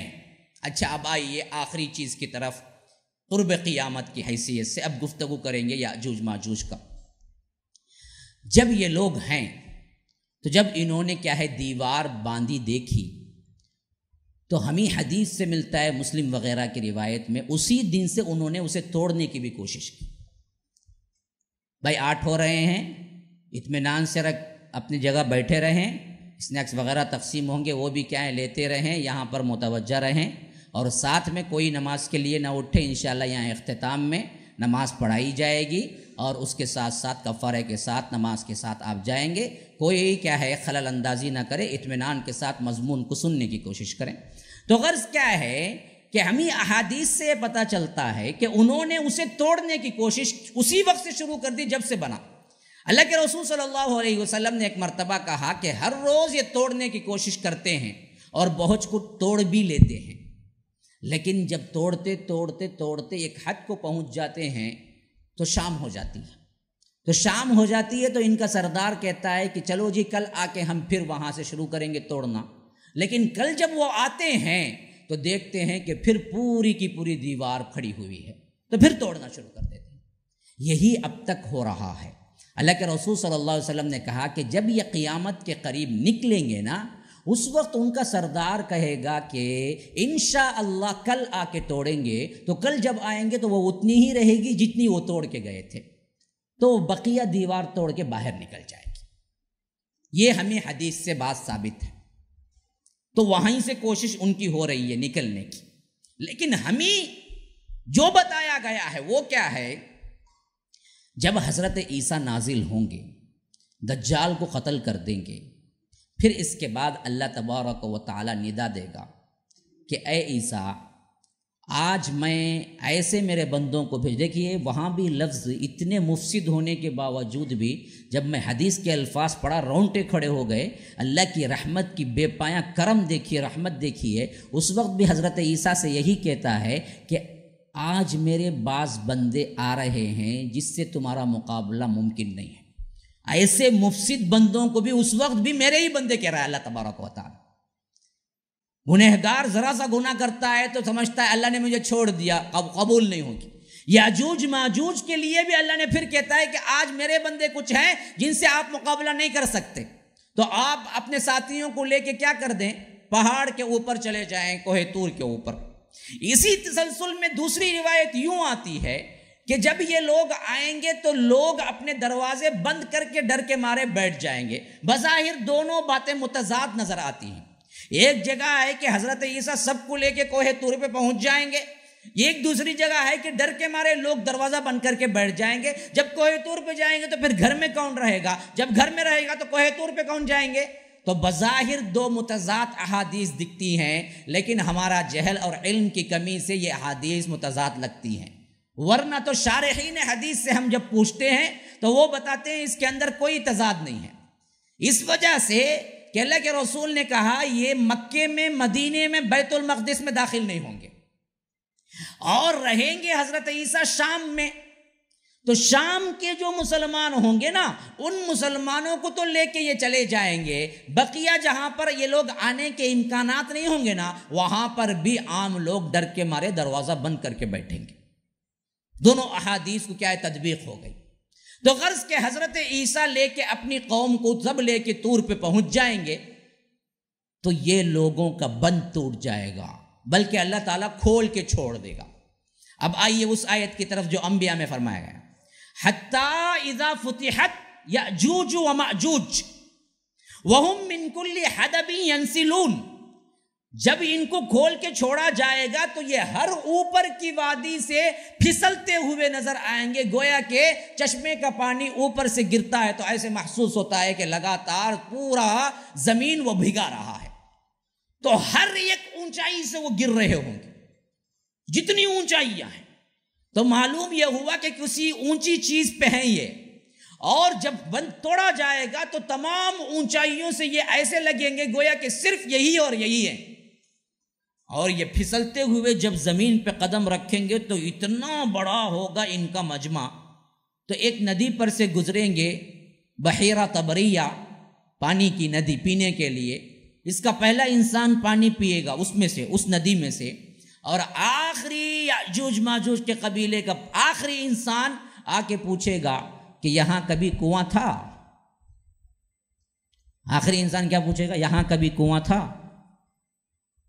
تو اس سے کثرت کا اندازہ لگا لیجئے کتنی بڑی کثیر تعداد میں ہوں گے کہ پہلے نے پانی پیا اور آخری نے یہ پوچھ رہا ہے کہ سوکھ کے کنواں کا پانی ختم ہو کے سوکھ کے نشانی باقی رہ جائے گی، جب آخری گزرے گا تو پوچھے گا کبھی یہاں کنواں تھا؟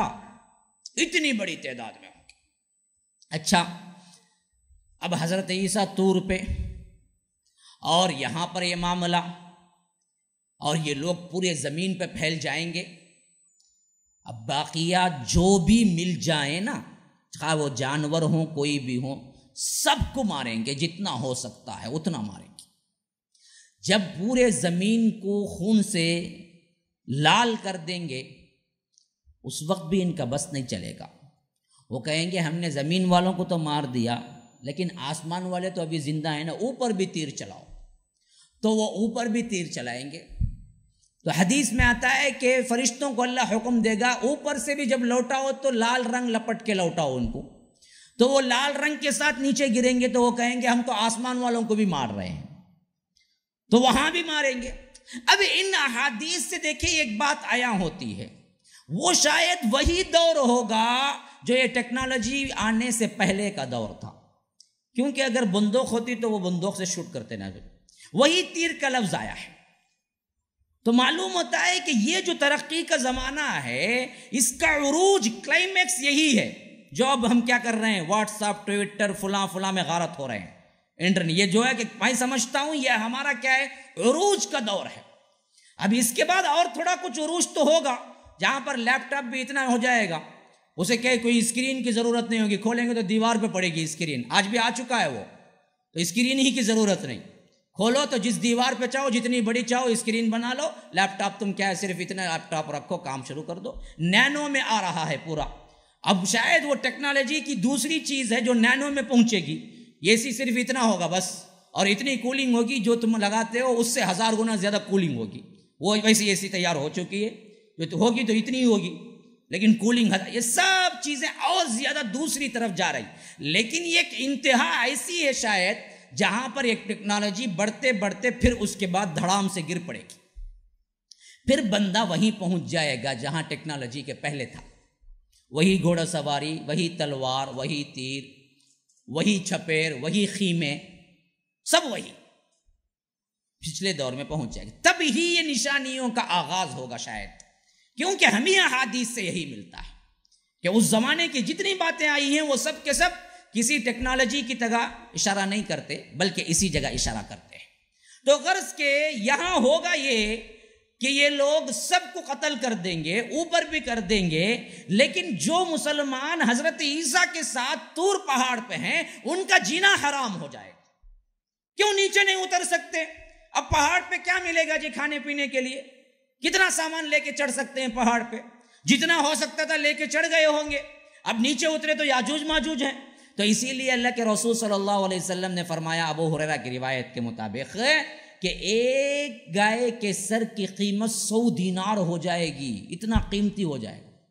100 دینار پتہ ہے، 100 سونے کے سکے، خالی ایک سر کی قیمت۔ کیوں؟ کھانے کو کچھ نہیں ملے گا، لوگ تڑپ رہے ہوں گے، نیچے نہیں اتر سکتے لینے کے لیے، نیچے تو یہ بدبخت ہیں، تو تنگی بہت ہو جائے گی کھانے پینے کی، یہاں تک کہ سب مل کے کہیں گے حضرت عیسیٰ سے کہ آپ دعا کریں یہ بلا سے نجات پائیں ہم، تو سب مل کے دعا کریں گے، تو اللہ تبارک و تعالی اس وقت اطمینان دلائے گا کہ اے عیسیٰ میں بہت جلد زمین کو ان سے پاک کر دوں گا۔ پھر اس کے بعد اللہ کے رسول صلی اللہ علیہ وسلم کہتے ہیں ان کو گردن کے اندر ایک بیماری دے گا، کیڑے پڑ جائیں گے ایک قسم کی۔ گردن میں ایک بیماری پہلے بھی عربوں میں آتی تھی اور ایک کینسر ہی کی شکل ہے شاید، کہ اس میں کیا ہوتا ہے کہ فوری طور پر پوری گردن میں وہ کیڑے کھا جاتے ہیں، اور آپ کو معلوم ہے گردن سب سے نازک حصہ ہے جسم کا، جہاں پر کوئی رگ کٹ گئی تو مر جاتا ہے بندہ۔ تو اللہ کے رسول صلی اللہ علیہ وسلم نے فرمایا یہ بیماری آنے واحد میں پھیلے گی اور وہ ایسے مر جائیں گے جیسے ایک انسان مر جاتا ہے۔ اتنی بڑی قوم ایک لمحے کے اندر یہ بیماری میں مبتلا ہوگی، اور ایک انسان جیسے مرتا ہے ویسے پوری قوم کی پوری قوم مر کے زمین میں پڑی ہو جائے گی، سب مر جائے گی۔ جب یہ مر جائیں گے تو زمین میں قدم رکھنے کے لیے کوئی جگہ نہیں ہوگی صرف ان کی لاشوں کے علاوہ، اور یہ پڑے رہیں گے تو سڑانڈ اور بدبو وبائیں پھیلنا شروع ہو جائیں گی۔ تو اللہ تبارک و تعالی حکم دے گا حضرت عیسیٰ کو یہ تو مر گئے اب نیچے آ جاؤ۔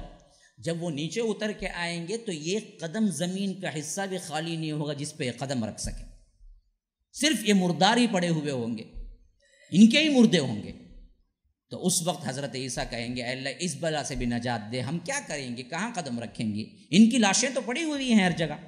تو اللہ تبارک و تعالی پھر ایک ایسے پرندوں کو بھیجے گا، روایتوں میں آتا ہے جن کی گردنیں اونٹ کی طرح ہوں گی، پرندے تو ہوں گے لیکن ہوں گے ان کی گردنیں اونٹ کی طرح، اور وہ ایک ایک کو اٹھائیں گی زمین سے، اور جہاں اللہ تعالیٰ پھینکنا ان کو حکم دے گا وہاں وہ پھینکیں گی، تو غرض کے پوری زمین سے لاشیں اٹھ جائیں گی، اور آخری میں صرف لال خون رہ جائے گا اور بدبو رہ جائے گی۔ تو اللہ کہے گا کہ بارش کو حکم دے گا بارش برسو، اور بارش اس تیزی سے برسے گی کہ دھل کے آئینہ بنا کے چھوڑ دے گی پوری زمین کو، بابرکت پانی نازل ہوگا، یہ پاک صاف ہو جائے گا۔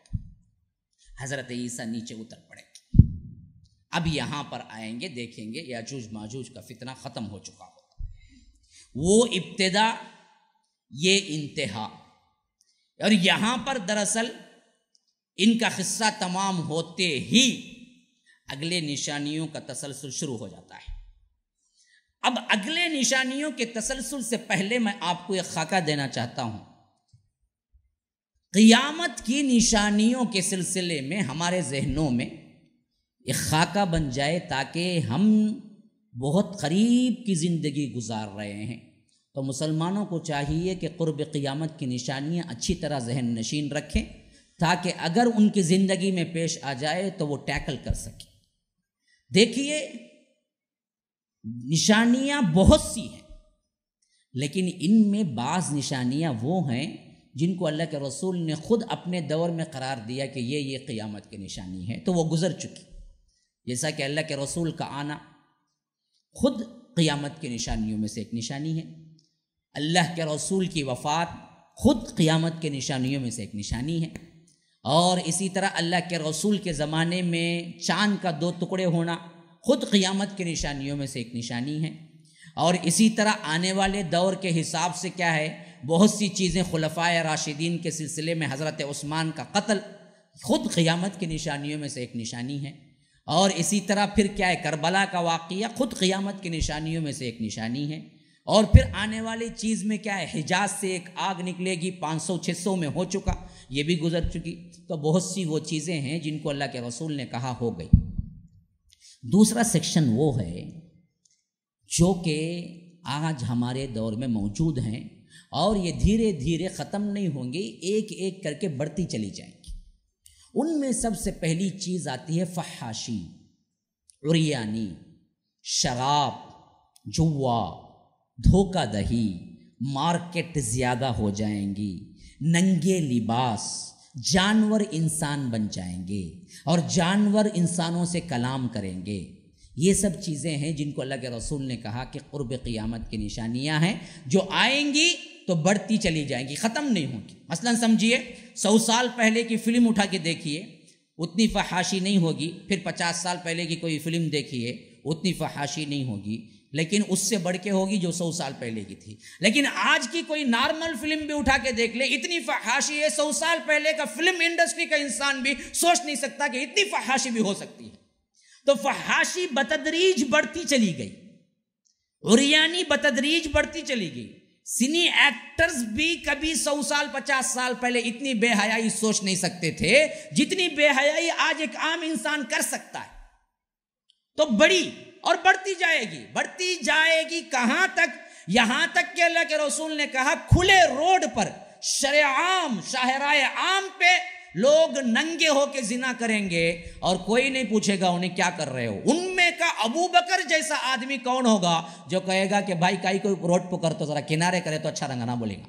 کون انہیں؟ ابو بکر کے مرتبے والا آدمی، ان میں سب سے اچھا آدمی گویا کہ انہیں بھی کیا نہیں بولیں گا، ارے بدبخت زنا کرے کرتا نہیں بولیں گا، یہ بولیں گا کائی کو کھلنے میں کرتا ہے، ذرا چھپ کچھ کرا تو کیا ہوگا، کرتا سو کرا چھپ کر، اتنا بولیں گا انہیں بھی۔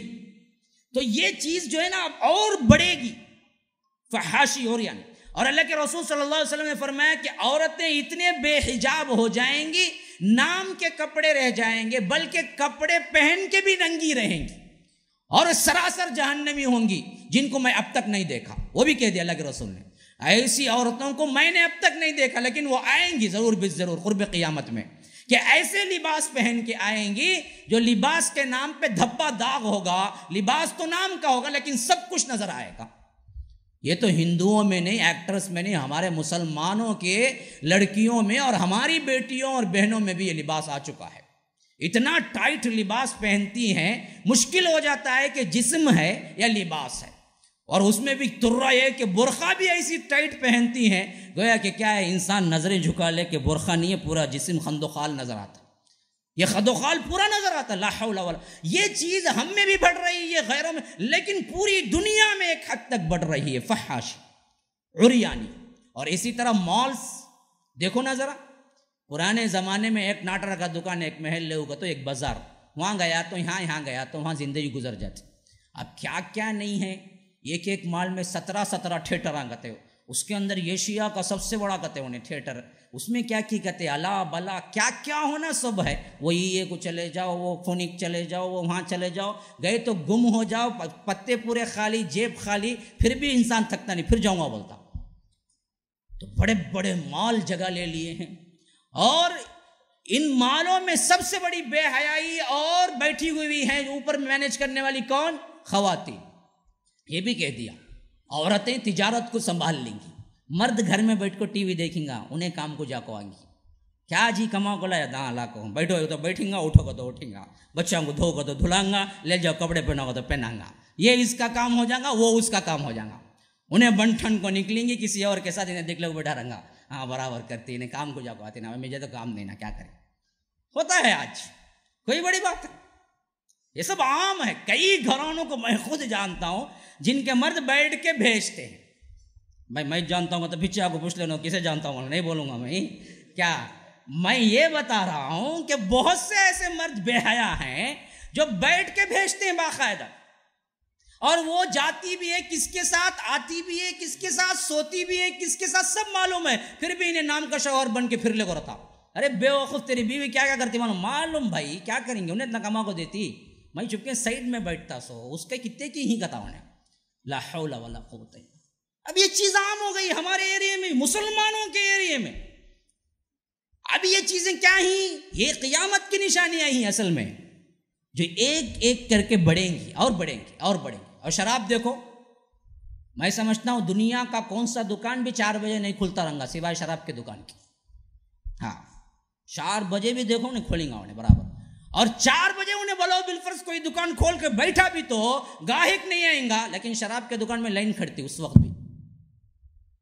اتنا عام ہو چکا ہے، مسلمان بھی رو غیر مسلمان سب پیتے، سب پیتے. وہ نہیں تو کیا ہے، دوسرے نشے کرتے ہیں، نہیں پیتے بولے تو بھی. ڈانس وغیرہ کیا ہے، عام ہے. بوڑھے بھی ناچتے ہیں آج، بوڑھے بھی قبر میں پاؤں لٹکاؤ، پاؤں نہیں رہے تو بھی ناچتا انہیں. کیا نوجوان تو چھوڑی دل، آج تو کیا ہے ایڈس وغیرہ دیکھو نا، بوڑھے بھی ناچیں گے. ارے بے وقوف کیا بناتا ہے تو، بوڑھوں کو بھی جانور بنا رہا ہے. اور بے حیائی میں اتنے آگے نکل گئے ہیں، ہم جانوروں سے بھی بدتر ہو گئے. ہاں جانور بھی پردہ کرتے ہیں، ہمیں وہ پردہ بھی نہیں چاہیے. تو یہ سب چیزیں وہ ہیں جو دراصل کیا ہیں، قیامت ہی کی نشانیاں ہیں، جو غیر محسوس طریقے سے آگے بڑھ رہے ہیں. یہ دوسری قسم ہے. تیسری قسم وہ نشانیاں ہیں جو بڑی بڑی کہلاتی ہیں، اور ان کا کوئی ایک بھی آ جائے نا، اللہ کے رسول نے فرمایا جس طرح منکے کا جو رول ہوتا ہے، جو دائرہ ہوتا ہے، اگر اس کی کیا ہے تاگا اور اس کا جو ناڑا ہوتا ہے وہ ٹوٹ جائے تو جس طرح ایک کے بعد دیگرے منکے گرتے چلے جاتے ہیں، بے عینی اسی طرح ایک بھی بڑی نشانی آ جائے تو پھر نان اسٹاپ آتے جائیں گے، قیامت قائم ہو جائے گی. وہ بڑی نشانیاں ابھی شروع نہیں ہوئی. مؤرخین اور مفسرین اور محدثین اس بات پر اتفاق کرتے ہیں، ان بڑے نشانیوں کی ابتدا جو ہوگی وہ ظہور مہدی سے ہوگی، جس کے بعد ایک کے بعد دیگرے آتے چلے جائیں گے یہاں تک کہ قیامت قائم ہو جائے گی. یہ ظہور مہدی سے شروع ہوگی. اللہ کے رسول صلی اللہ علیہ وسلم حذیفہ بن الیمان اور ایک روایت کے مطابق کیا ہے نواس ابن سمعان، ان کے بارے میں یہ راوی ہیں، اور صحیح مسلم کی روایت ہے جس میں کہتے ہیں کہ ہم ذکر کر رہے تھے بعض باتوں کا کہ اللہ کے رسول ہم پہ آئے، پوچھا کہ کیا باتیں کر رہے ہو، کہا کہ ہم قیامت کا ذکر کر رہے ہیں. تو اللہ کے رسول نے کہا یاد رکھو کہ قیامت اس وقت تک قائم نہیں ہوگی جب تک کہ تم 10 نشانیاں نہ دیکھ لو. اس وقت بڑی بڑی نشانیاں اللہ کے رسول نے گنوائے. فرمایا ثلاثت خسوف، خسف بالمشرق، خسف بالمشرق، خسف بجزیرۃ العرب. بڑے بڑے زمین کے دھسنے اور زلزلے کے 3 واقعات دنیا میں ہوں گے. یہ ایک مشرق میں ہوگا ایشیا کے اندر، ایک مغرب میں ہوگا یورپین کنٹریز کے اندر، ایک جزیرۃ العرب عرب کے اندر ہوگا، امارات متحدہ کے اندر. بڑے بڑے 3 زلزلے، نہیں خسف، زمین پھٹے گی، دھس جائیں گے لوگ، خسف ہوں گے. پھر اس کے بعد فرمایا الدخان، دھواں کا آنا. ایک ایسا دھواں نکلے گا جو پوری کائنات پہ چھا جائے گا، جس سے کافر کئی مریں گے، لیکن مسلمانوں کو صرف اتنی شکایت ہوگی کہ زکام جیسے ہوتا ہے، سردی ہو گئی تو کیا ہوتا ہے، اس طرح کا کیا ہے نقصان پہنچے گا، اس کے علاوہ کچھ نہیں پہنچے گا. لیکن پورا آسمان دھواں دھواں ہی نظر آئے گا. وہ ایک بڑی نشانی ہے الدخان. پھر فرمایا وہ دجال، جس کے بارے میں تفصیل میں نے بیان کر. پھر فرمایا وہ دابہ، ایک جانور زمین پھاڑ کے نکلے گا، اور اس کا ذکر قرآن میں بھی ہے. وَإِذَا وَقَعَ الْقَوْلُ عَلَيْهِمْ أَخْرَجْنَا لَهُمْ دَابَّةً مِّنَ الْأَرْضِ. اس وقت کو یاد کرو جب کیا ہے زمین پھاڑ کے ایک جانور نکلے گا تمہارے ہاں سے. روایتوں میں یہ بات ثابت ہے، یہ جانور مکے کے حرم کے اندر نکلے گا چاش کے وقت، بالکل ضحیٰ کا وقت، 10 یا 8 بجے کا وقت ہوگا. لوگ طواف کر رہے ہوں گے، رکن یمانی اور مقام ابراہیم کے درمیان زمین پھٹے گی اور جانور نکلے گا. بالکل عجیب و غریب ہوگا جانور وہ. اور وہ جانور جب نکلے گا تو وہ اتنا واضح طور پر کافر اور مشرک کو الگ کر دے گا، مسلمان کو الگ کر دے گا کہ لوگ اس کے بعد اس پر ایمان لانا بھی شروع کر دیں گے تو اللہ ایمان قبول نہیں کرے گا. تو وہ باقاعدہ بات کرے گا لوگوں سے. کیا کلام کرے گا؟ ان الناس کانوا بآیاتنا لا یوقنون. بدبختو تم تھے یہ لوگ جو اللہ کی آیتوں پر یقین نہیں رکھتے تھے. پھر یہ کہہ کے وہ خود کیا ہے سیل گویا کہ مہر لگائے گا فلاں کافر، اور باقاعدہ کافر لکھے گا، مومن کو مومن لکھے گا پیشانی پر. تو ہر ایک سے مل کے وہ کافر کو کافر لکھے گا، مومن کو مومن لکھے گا. اس طرح بالکل صاف ہو جائے گی بات، لوگ اس وقت ایمان لائیں گے. تو اللہ کے رسول نے فرمایا کہ لا ينفع نفسا ایمانها لم تکن آمنت من قبل او کسبت فی ایمانها خیرا، کہ اس کے بعد اللہ تبارک و تعالی کیا نہیں کرے گا، توبہ قبول نہیں کرے گا. تو 3 خسف، 4واں دھواں، 5واں دجال، 6واں دابہ، 7واں یاجوج ماجوج، اور 8واں کیا ہے نزول عیسیٰ. 9واں کیا ہے طلوع الشمس من مغربها، مغرب اچانک سورج جو کہاں غروب ہوتا ہے وہیں سے طلوع ہوگا. یہ مشرق سے طلوع ہوتا، مغرب میں غروب ہوتا، لیکن ہوگا کہ ایک دن اچانک پلٹ جائے گا. جہاں غروب ہوا مغرب میں وہیں سے طلوع ہوگا، طلوع الشمس من مغربها. 10ویں نشانی ہے نار تخرج من الیمن، یمن سے ایک آگ نکلے گی. یہ 10ویں نشانی ہے. اب یہ ترتیب سن لیا آپ نے، اب پھر بھی ترتیب کیا ہے میں پھر جوڑتا ہوں اس کو. دیکھیے ظہور مہدی سے بات شروع ہوئی، قیامت کی بڑی نشانی شروع ہو گئی. اب انہی کے دور میں نزول عیسیٰ ہوگا تو وہ بھی آ جائیں گے. انہی کے دور میں دجال نکلے گا تو وہ قتل ہو جائے گا. انہی کے دور میں یاجوج ماجوج نکلیں گے تو ان کے ساتھ کیا ہے اللہ تبارک و تعالی انہیں نیست و نابود کر دے گا. پھر حضرت عیسیٰ نیچے آ کے زندگی گزاریں گے. وہ سب سے سنہری دور ہوگا مسلمانوں کا جس میں یہ رہیں گے. پھر ان کی وفات ہوگی، پھر مسلمان دھیرے دھیرے بھولنا شروع کر دیں گے وہی چیز جو ان کو سکھلائی گئی. پھر بگاڑ ان کے اندر پیدا ہوگا. اب یہ موقع پتہ نہیں کب ہوگا کہ ایک دن ایسا ہوگا جس میں مسلمان پھر اپنے طور سے بگاڑ کے شکار ہو کے کچھ کافر بھی بنے ہوئے ہوں گے، کچھ کیا ہے صحیح مسلمان بھی رہے ہوں گے. جب کیا ہے یہ جانور نکلے گا اور یہ جانور سب پہ ٹھپا لگا دے گا. کون مسلمان ہے، کون مشرک ہے، کون مسلمان ہے، کون مشرک ہے.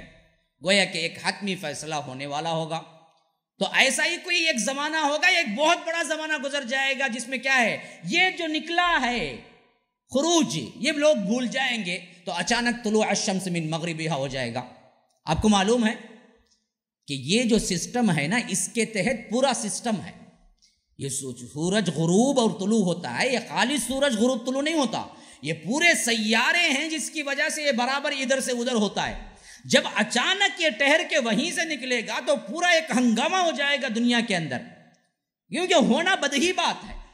جب وہ ہوگا تو پھر وہی معاملہ ہوگا کہ جو لوگ بگڑے تھے وہ آ کے توبہ کرنے لگیں گے. تو اللہ کے رسول نے کہا کہ نہیں، اس وقت بھی اللہ تبارک و تعالیٰ کسی کی توبہ قبول نہیں کرے گا، کسی کی توبہ قبول نہیں کرے گا.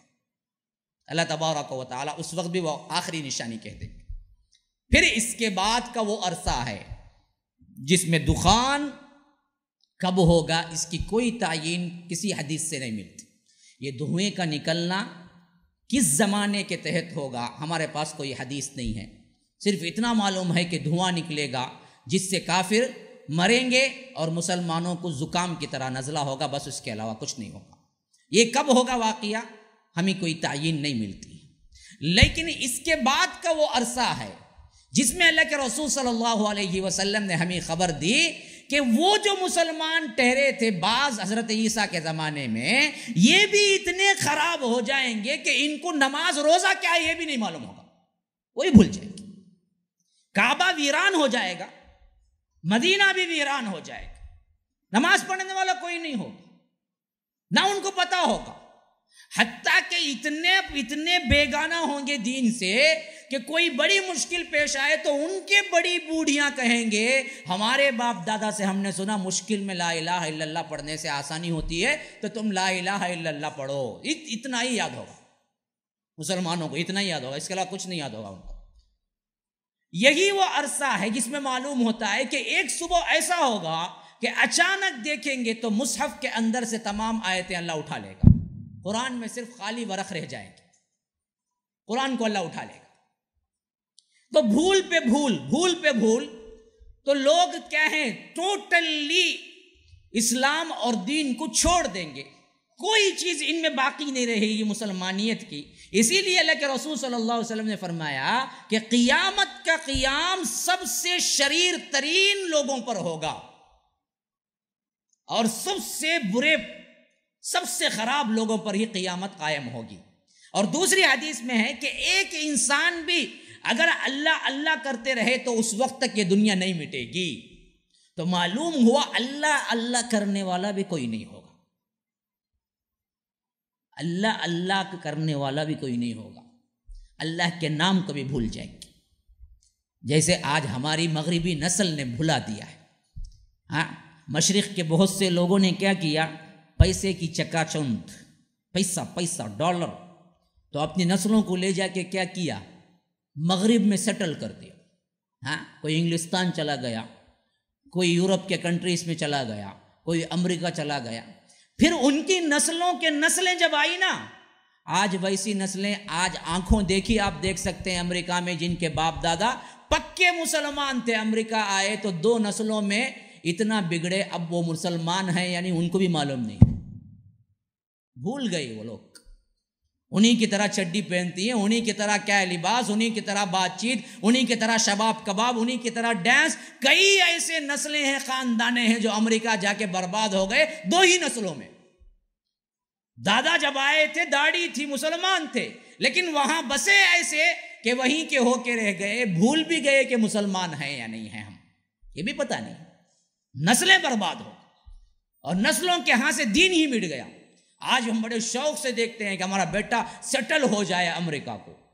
کیوں؟ تمہاری نسل برباد ہو جائے، مسلمانیت بھی کھو دے، کم از کم نشانی جو ہوتی ہے وہ بھی بھلا دے. وہ کسی گوری سے شادی کر کے اپنی کیا ہے نسل کو بڑھا لے اور برباد کر دے، تمہارے بچے عیسائی بن جائیں.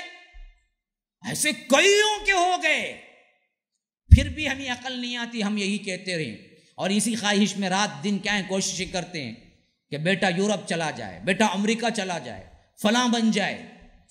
جب جا کے وہ کسی عیسائی سے شادی کر کے عیسائی اولاد کو لے کے گھر میں قدم رکھتا نا، تب واویلا کرتے ہیں، سر پکڑ کے بیٹھ جاتے ہیں، میں کیا کیا سوچا تھا، میں کیا کیا کیا تھا، میرا بیٹے کا بیٹا ہی عیسیٰ بن گیا. تو عیسائی تو نے ہی تو بنایا تھا، پہلے کیوں بھیجا تھا؟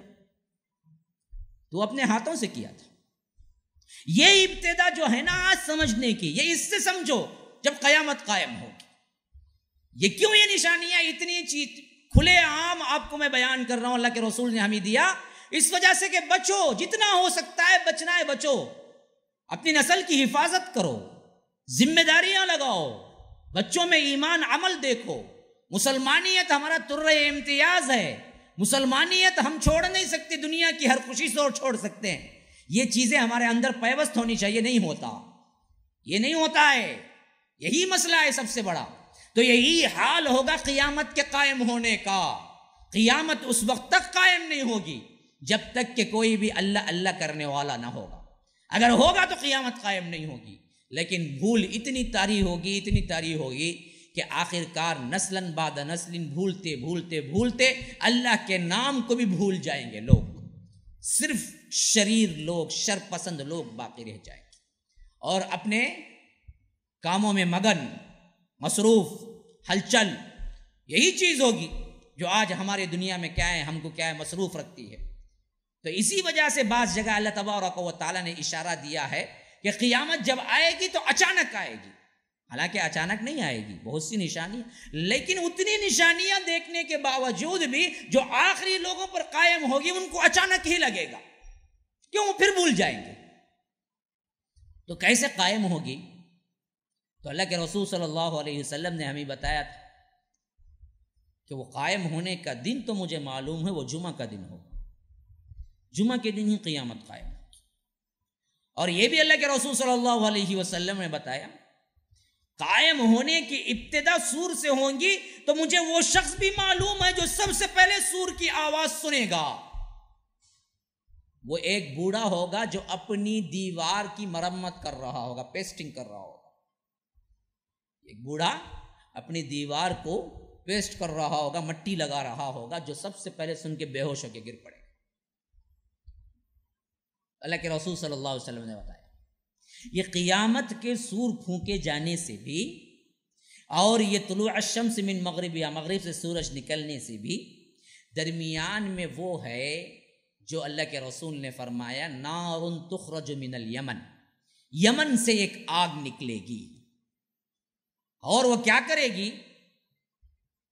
وہ آگ لوگوں کو بھگا بھگا کے شام میں لے جا کے سیٹل کرے گی، پوری دنیا سے کھینچ کھینچ کے لے جائے گی انہیں شام، اور ایسے پیچھے لگے گی تو فرمایا کہ تقیل معہم حیث قالوا تبیت معہم حیث باتوا، جہاں یہ قیل اللہ کریں گے وہاں یہ قیل اللہ کرے گی، جہاں یہ رات گزاریں گے وہاں یہ رات گزارے گی، چھوڑے گی نہیں، پیچھے پیچھے چلے گی ان کے وہ آگ، اور انہیں لے جا کے دنیا کے کونے کونے سے لے جا کے حشر میں جمع کرے گی جو شام ہوگا۔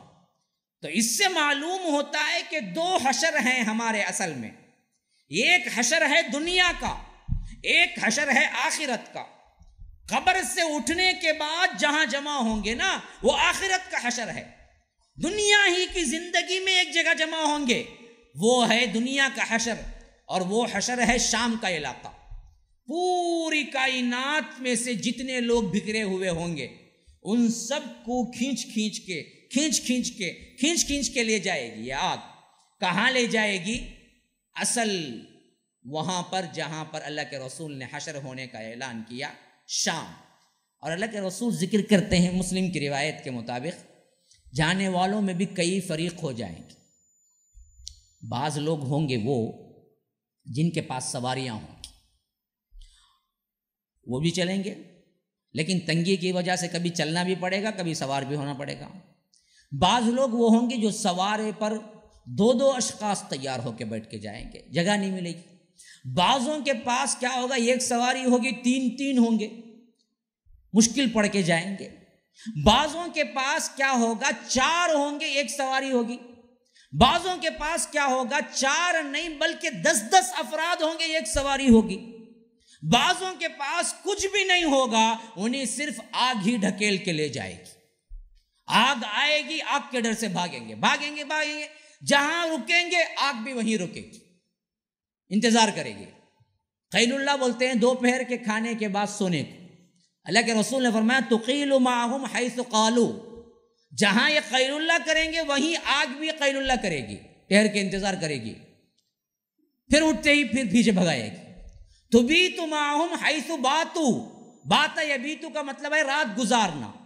یہ رات کہاں گزاریں گی وہیں پر یہ آگ بھی رات گزارے گی، اس وقت انتظار کرتی رہے گی، جب اٹھیں گے تو پھر بھگائے گی۔ تو اس طرح ان سب کو بھگا بھگا بھگا بھگا کے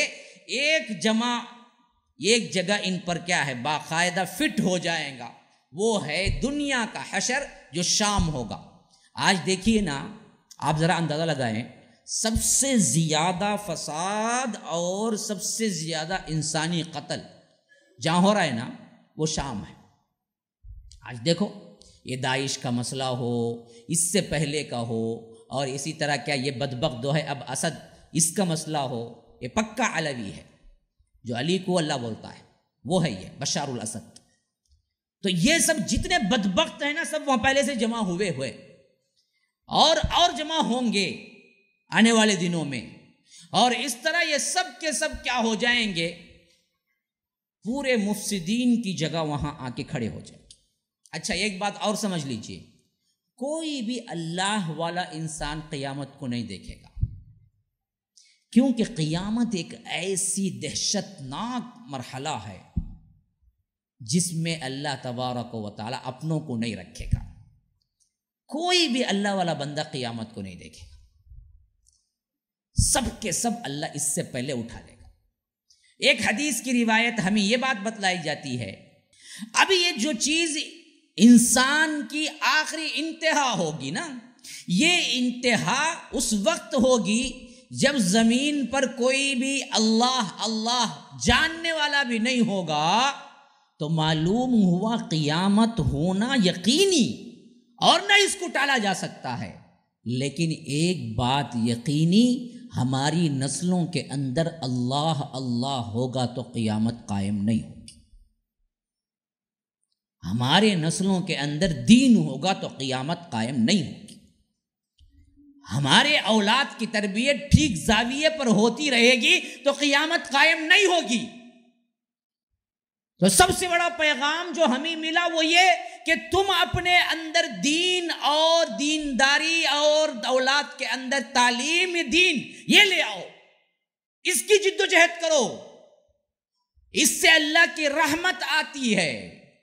آج ہماری بے پرواہی اور ہمارے گھروں میں بے دینی اس حد تک بڑھ چکی ہے کہ ہمیں یہ احساس بھی نہیں کہ ہمارے گھر میں دین نہیں ہے، احساس بھی چلا گیا۔ ہمارے گھرانوں کے اندر، ہماری بہو بیٹیوں کے اندر، ہماری ماؤں کے اندر، ہمارے کیا بڑوں کے اندر، ہمارے نوجوانوں کے اندر کتنی ہے جو دینداری باقی رہ گئی ہے۔ بے دینی کی کیا کیفیت ہے خود جانچ سکتے ہو تم، کہ ہمارے اندر نہ اللہ اور اس کے رسول کی اطاعت ہے، نہ اللہ کا خوف ہے، نہ حیا ہے، نہ اس کے اندر کیا ہے پرانی روایات کی کم از کم قدر ہے۔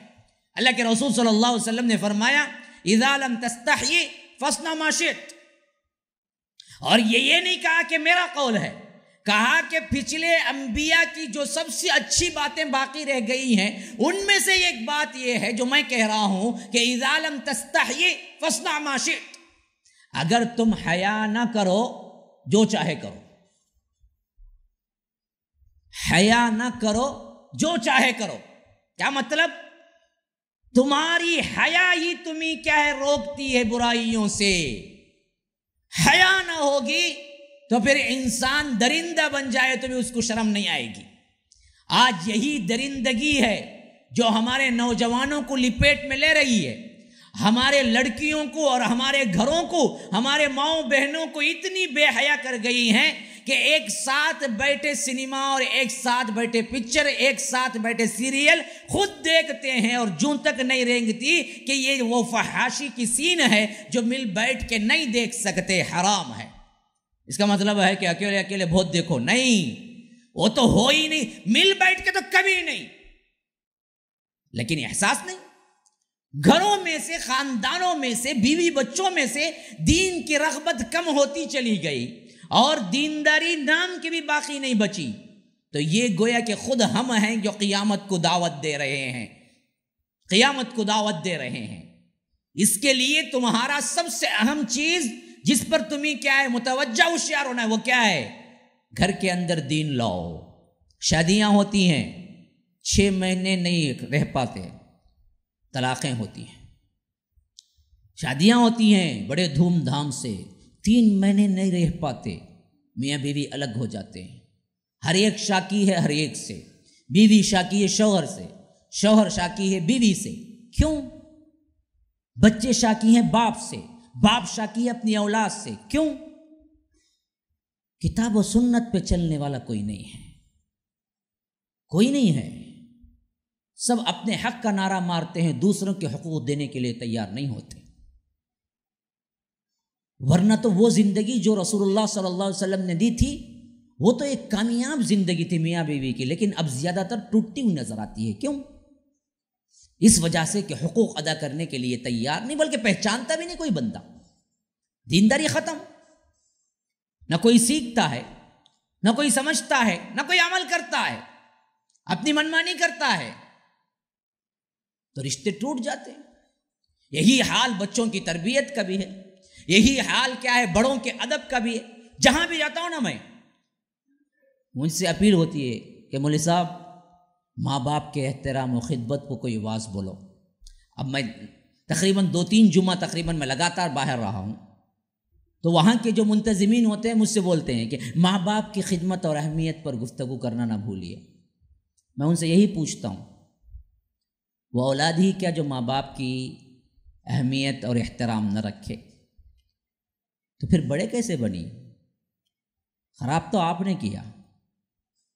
جب بچپن میں ڈالتے تو وہ آج یوں نہیں ہوتی. ہر باپ شاکی ہے اپنی اولاد سے کہتا ہے کہ ذرا مولوی صاحب اسے سدھارو, یہ مجھے اہمیت نہیں دیتا. ایک یہ واقعہ ہے, ایک وہ واقعہ ہے جہاں حسن بصری کا آتا ہے رحمہ اللہ کا, جبکہ وہ پورے اپنے عروج کے زمانے میں تھے. جب مسجد کوفہ میں بیٹھتے تھے تو بغیر مائک کے, مائک تو اس زمانے میں نہیں تھا نا, بغیر مائک کے وہ تقریباً 1000-2000 کو درس دیتے تھے. 1000-2000 افراد کو درس دیتے تھے. اتنی اونچی آواز تھی کہ درس میں بیٹھا ہوا آخری انسان بھی ان کی آواز سنتا تھا, اور ان کے درس میں بادشاہ بھی آ کے بیٹھا کرتے تھے. اتنا بڑا انسان بن چکا تھا, وہ وقت کا امام تھا. ان کے فتوے چلتے تھے, اور یہ وہ علم تھا جو انہوں نے صحابہ سے خود حاصل کیا تھا. سلمہ کا دودھ پیا تھا حضرت حسن بصری رحمہ اللہ نے. حضرات صحابہ سے انہوں نے باقاعدہ تعلیم پائی تھی. اتنا اونچا مقام ملا تھا. کوفے کے سب سے بڑے امام تھے. آواز اتنی اونچی, تقاریر اتنی اونچی تھی کہ 2-2 ہزار کا مجمع سنتا تھا. لیکن وہ اپنی ماں سے ملنے جاتے تو اتنی پست آواز میں گفتگو کرتے تو ماں کو پوچھنا پڑتا, بیٹا تم نے کیا کہا ہے. 2-3 مرتبہ کہنے کے بعد ماں کو بات سمجھ آتی. ان کے شاگرد جو ساتھ میں تھے انہوں نے پوچھا, امام آپ تو کیا ہے اتنی اونچی آواز سے گفتگو کرتے ہیں, بات کرتے ہیں, 2-2 ہزار کے مجمع کو آپ ٹیکل کرتے ہیں, لیکن ماں کے پاس اتنی پست آواز سے بات کرتے ہیں کہ انہیں 2-2 بار پوچھنا پڑتا ہے کہ تم نے کیا کہا. کہ کہا کہ بیٹا یہ وہ حساب ہے, یہ وہ مقام ہے جہاں پر شاید میں سمجھتا ہوں کہ میری آواز بلند ہونے سے میرے اعمال غارت نہ ہو جائیں. یہ میری ماں ہے جس کے لیے اللہ نے کہا کہ اپنے کندھوں کو جھکا کے رکھو. اللہ نے اپنے لیے بھی نماز میں نہیں کہا کہ کندھوں کو جھکا کے رکھو, لیکن ماں باپ کے سامنے کھڑے ہونے کو اولاد کو تربیت یہ دی کہ کہا کہ ماں باپ کے سامنے کھڑے ہو تو کندھوں کو اونچا نہیں رکھنا, جھکا کے رکھنا, جھکا کے رکھنا. وخفض جناحک, جھکا کے رکھو. تو حسن بصری جیسی شخصیت اتنے بڑے امام ہونے کے باوجود اپنی ماں سے ملاقات کرتے تو ایسے ملاقات کرتے گویا کہ ایک خدمتگار غلام ہو. یہ تربیت کہاں سے آئی؟ کون تھی یہ چیز جو ان کو بنایا تھا؟ یہی دین, یہی علم. صابر و شاکر کی مثالیں آپ نہیں دیکھتے. ہمارے چھوٹی نمک کم ہے میاں بیوی کے درمیان جھگڑا یہاں تک ہوتا ہے کہ طلاق کی نوبت آتی ہے. میں آپ کو سناؤں, ابو طلحہ ام طلحہ میاں بیوی, اللہ ایک بچہ دیتا ہے. ابو طلحہ کام کو گئے ہوئے ہیں اور بچہ مر جاتا ہے. کام سے جب شام واپس آتے ہیں ابو طلحہ, وہ بچے کو چھپا دیتی ہیں کچھ اور جگہ میں, ان کو کھانا رکھتی ہیں, بہت بن سور کے ان کی پوری خدمت کرتے ہیں, حتیٰ کہ رات میں وہ ان کے ساتھ بستر پہ آرام سے سوتے ہیں.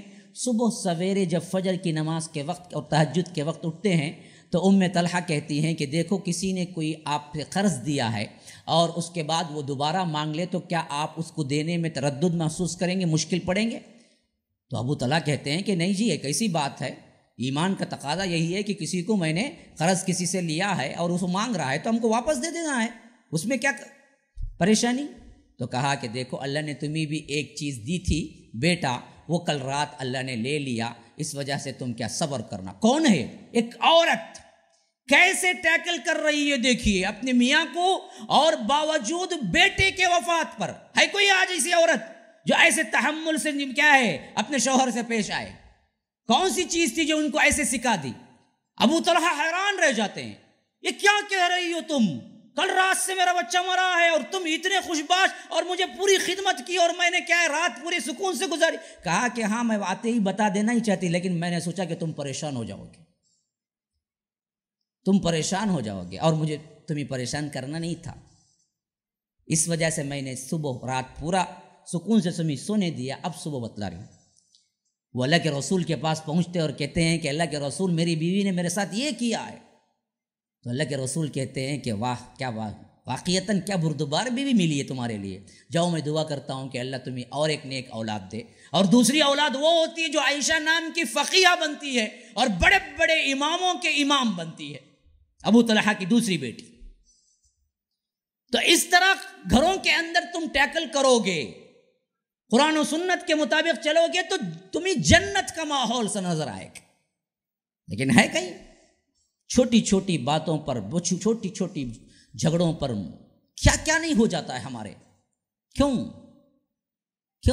علم نہیں ہے۔ یاد رکھو یہی وہ کاز ہے جو آخرت تمہارے لیے قیامت کا قیام عمل میں آئے گا۔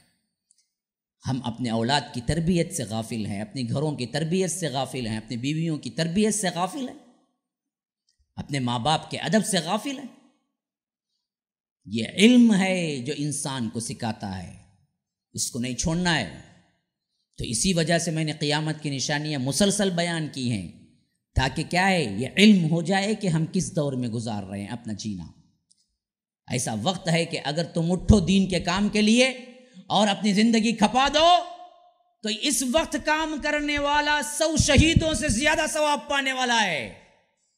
ہاں، جب سنت مری جا رہی ہو، کتاب و سنت اجنبی بن جائے، تو اللہ کے رسول نے صاف اعلان کیا بدأ الاسلام غریبا وسیعود کما بدأ فطوبى للغرباء۔ ایک زمانہ تھا اسلام بالکل اجنبی شروع ہوا، اور ایک زمانہ آئے گا پھر اجنبی بن جائے گا، اور اس وقت دین کے کام کرنے والوں کے لیے، ان اجنبیوں کے لیے بشارت ہے، طوبہ طوبہ، بہت بڑی خوشخبری ہے۔ آج اٹھ کے دین کے لیے اپنا وقت لگاؤ، اپنا پیسہ لگاؤ، اپنا تن من دھن لگاؤ۔ یہ وہ وقت ہے جس میں تمہیں کام کرنے کا 100 گنا بڑھ کے اجر دینے کے لیے اللہ تیار ہے، کیونکہ سنت مٹی جا رہی ہے۔ تو یہ اوقات میں ہم اپنے آپ کو نہ سنبھالیں گے تو ہماری دنیا بھی ختم، دنیاوی زندگی بھی ختم، بربادی پریشانی کے علاوہ کوئی چیز ہاتھ نہیں آئے گی میرے بھائیوں۔ تو دین کو اہمیت دو، سیکھو، اپنی نسل کو بناؤ۔ نسل کو اللہ نے ایک بیٹا بھی دیا ہے، کروڑوں مالیت سے زیادہ وہ قیمتی ہے، کروڑوں روپیے صرف کر کے بھی تم ایک بیٹا حاصل اپنا نہیں کر سکتے۔ تو اللہ نے جن کو اولاد دی ہے وہ بڑے خوش قسمت ہیں، اور ان پر بھاری ذمہ داری ہے کہ وہ اپنی نسلوں کو اس حد تک دین دے کے جائیں تو تمہارے جانے کے بعد تمہارے اگلی نسلیں جو آئیں گی وہ بھی اس دین کو نہ بھولیں گی۔ یہ چیز ذہنوں میں بٹھانا ہے، نسلاً بعد نسل کام ہو۔ تو ہمارے ہاں یہ چیز نہیں دیکھی جا رہی ہے۔ تو یاد رکھیے یہی فساد ہے جو آخر جا کے کیا بنے گا، کوئی انسان اللہ کو یاد رکھنے والا بھی نہیں ہوگا۔ اللہ تبارک و تعالی اس مصیبت سے بچائے، ان حالات سے بچائے، ہمیں اس سے پہلے بلا لے جب یہ فتنوں کا دور آ رہا ہوگا۔ اللہ تبارک و تعالی جب تک رکھے، ایمان اور اسلام پہ رکھے، جب اللہ تبارک و تعالی بلا لے تو ہماری زبان پہ کلمہ توحید لا الہ الا اللہ ہو. ھذا وباللہ التوفیق صلی اللہ وسلم علی نبینا محمد. اسأل اللہ لی ولکم ولسائر المسلمین من کل ذنب فاستغفروه انہ هو الغفور الرحیم.